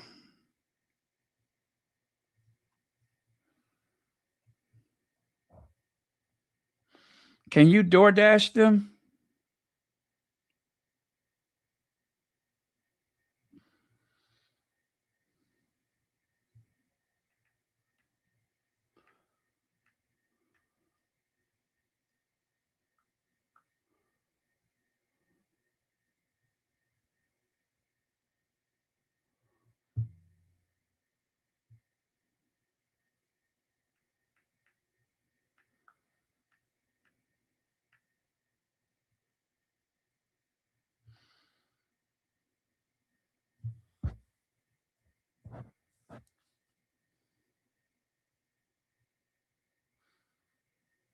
Mm-mm.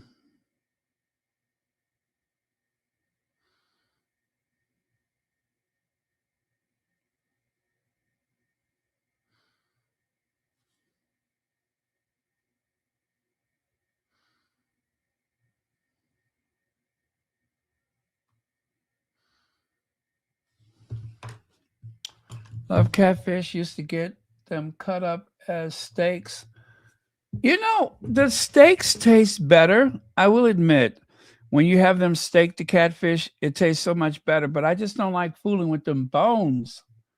So I get mine filleted. But I promise you, it tastes so much better when you have them steaked. But I don't like to bother with the bones.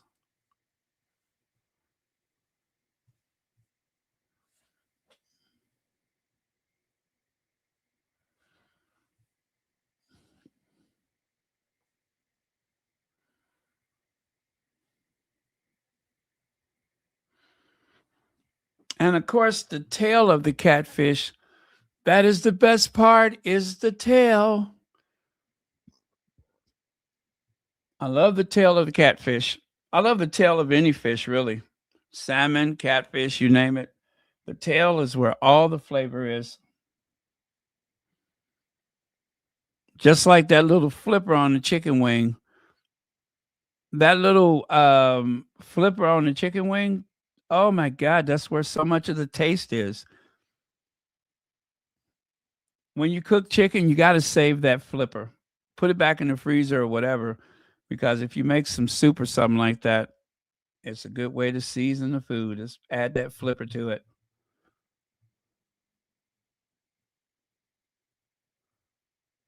Yes, that's what I'm saying. I've seen them selling them, but I just never tried one. And nobody ever came up to me and said, "Do you want to buy a bean pie?" And I'm pretty greedy. I eat pretty much anything that don't eat me first, but I just never had an opportunity to buy one. Yeah, the fish tails are always so tender and just full of flavor. Like if I buy a fish from a restaurant, I'll ask them, "Could I have the tail?" Or if I buy fish frozen, I turn the package over and try to see if the tail piece is in there or as close as possible.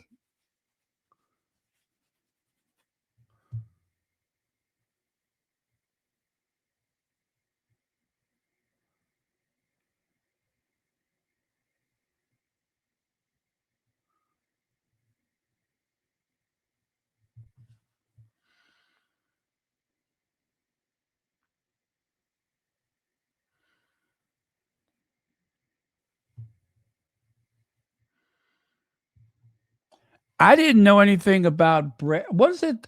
Meat rolls. Anyway, when I was in the UK, I purchased it was like a biscuit, or no, I think it was like a roll, a meat roll. Is that what they call it?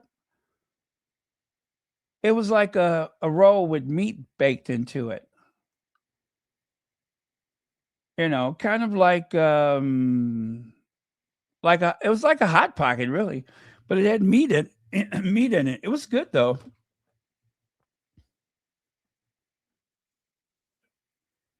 Let me see.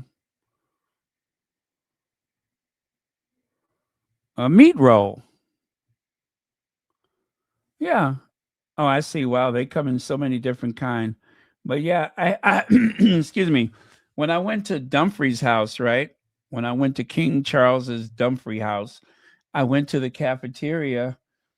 Oh, was it Dumfries house? Or was it no, I don't think it was Dumfries house. I think it was when I went to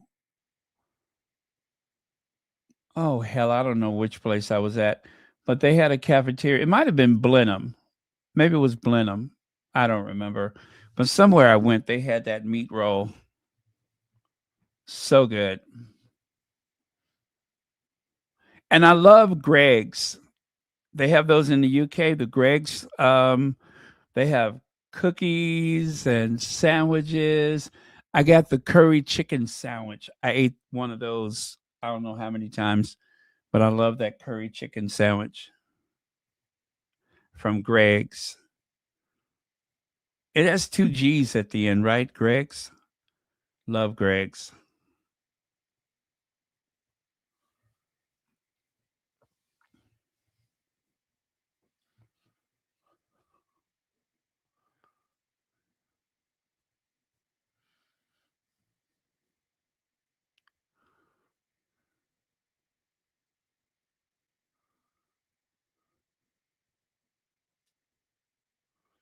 You don't like seafood? Oh my goodness, that's too bad, but that's okay. There's more for the rest of us. I love seafood.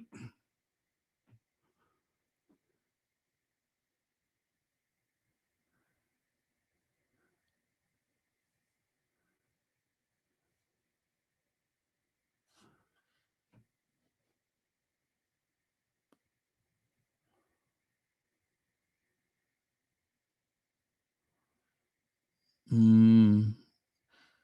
Oh, okay. Crab legs, yes.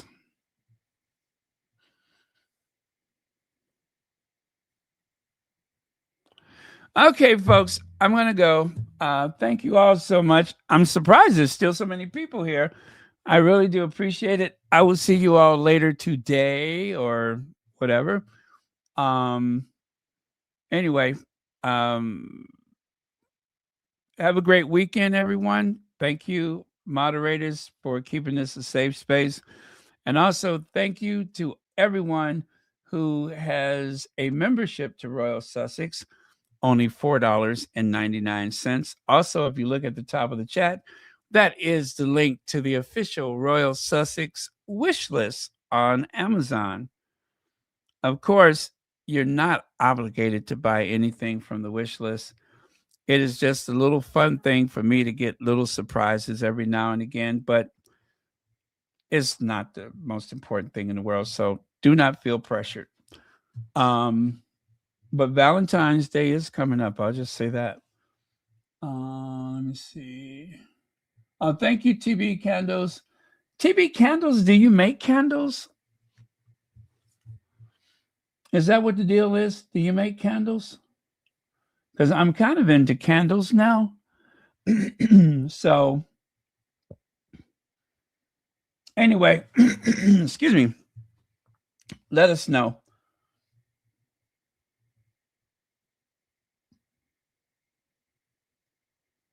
Thank you, Marshar.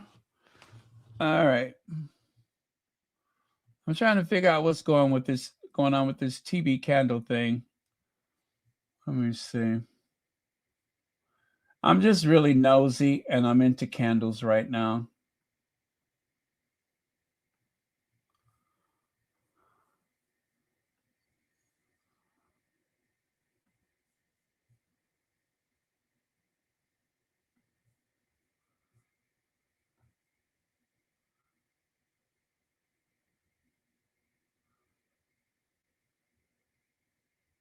Oh, okay. Okay, changed it to candles when I bought my As Ever candle.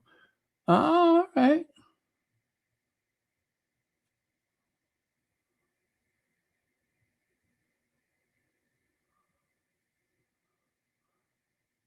Good night, Simone Black. Okay, cheers. Love you guys. See you next time.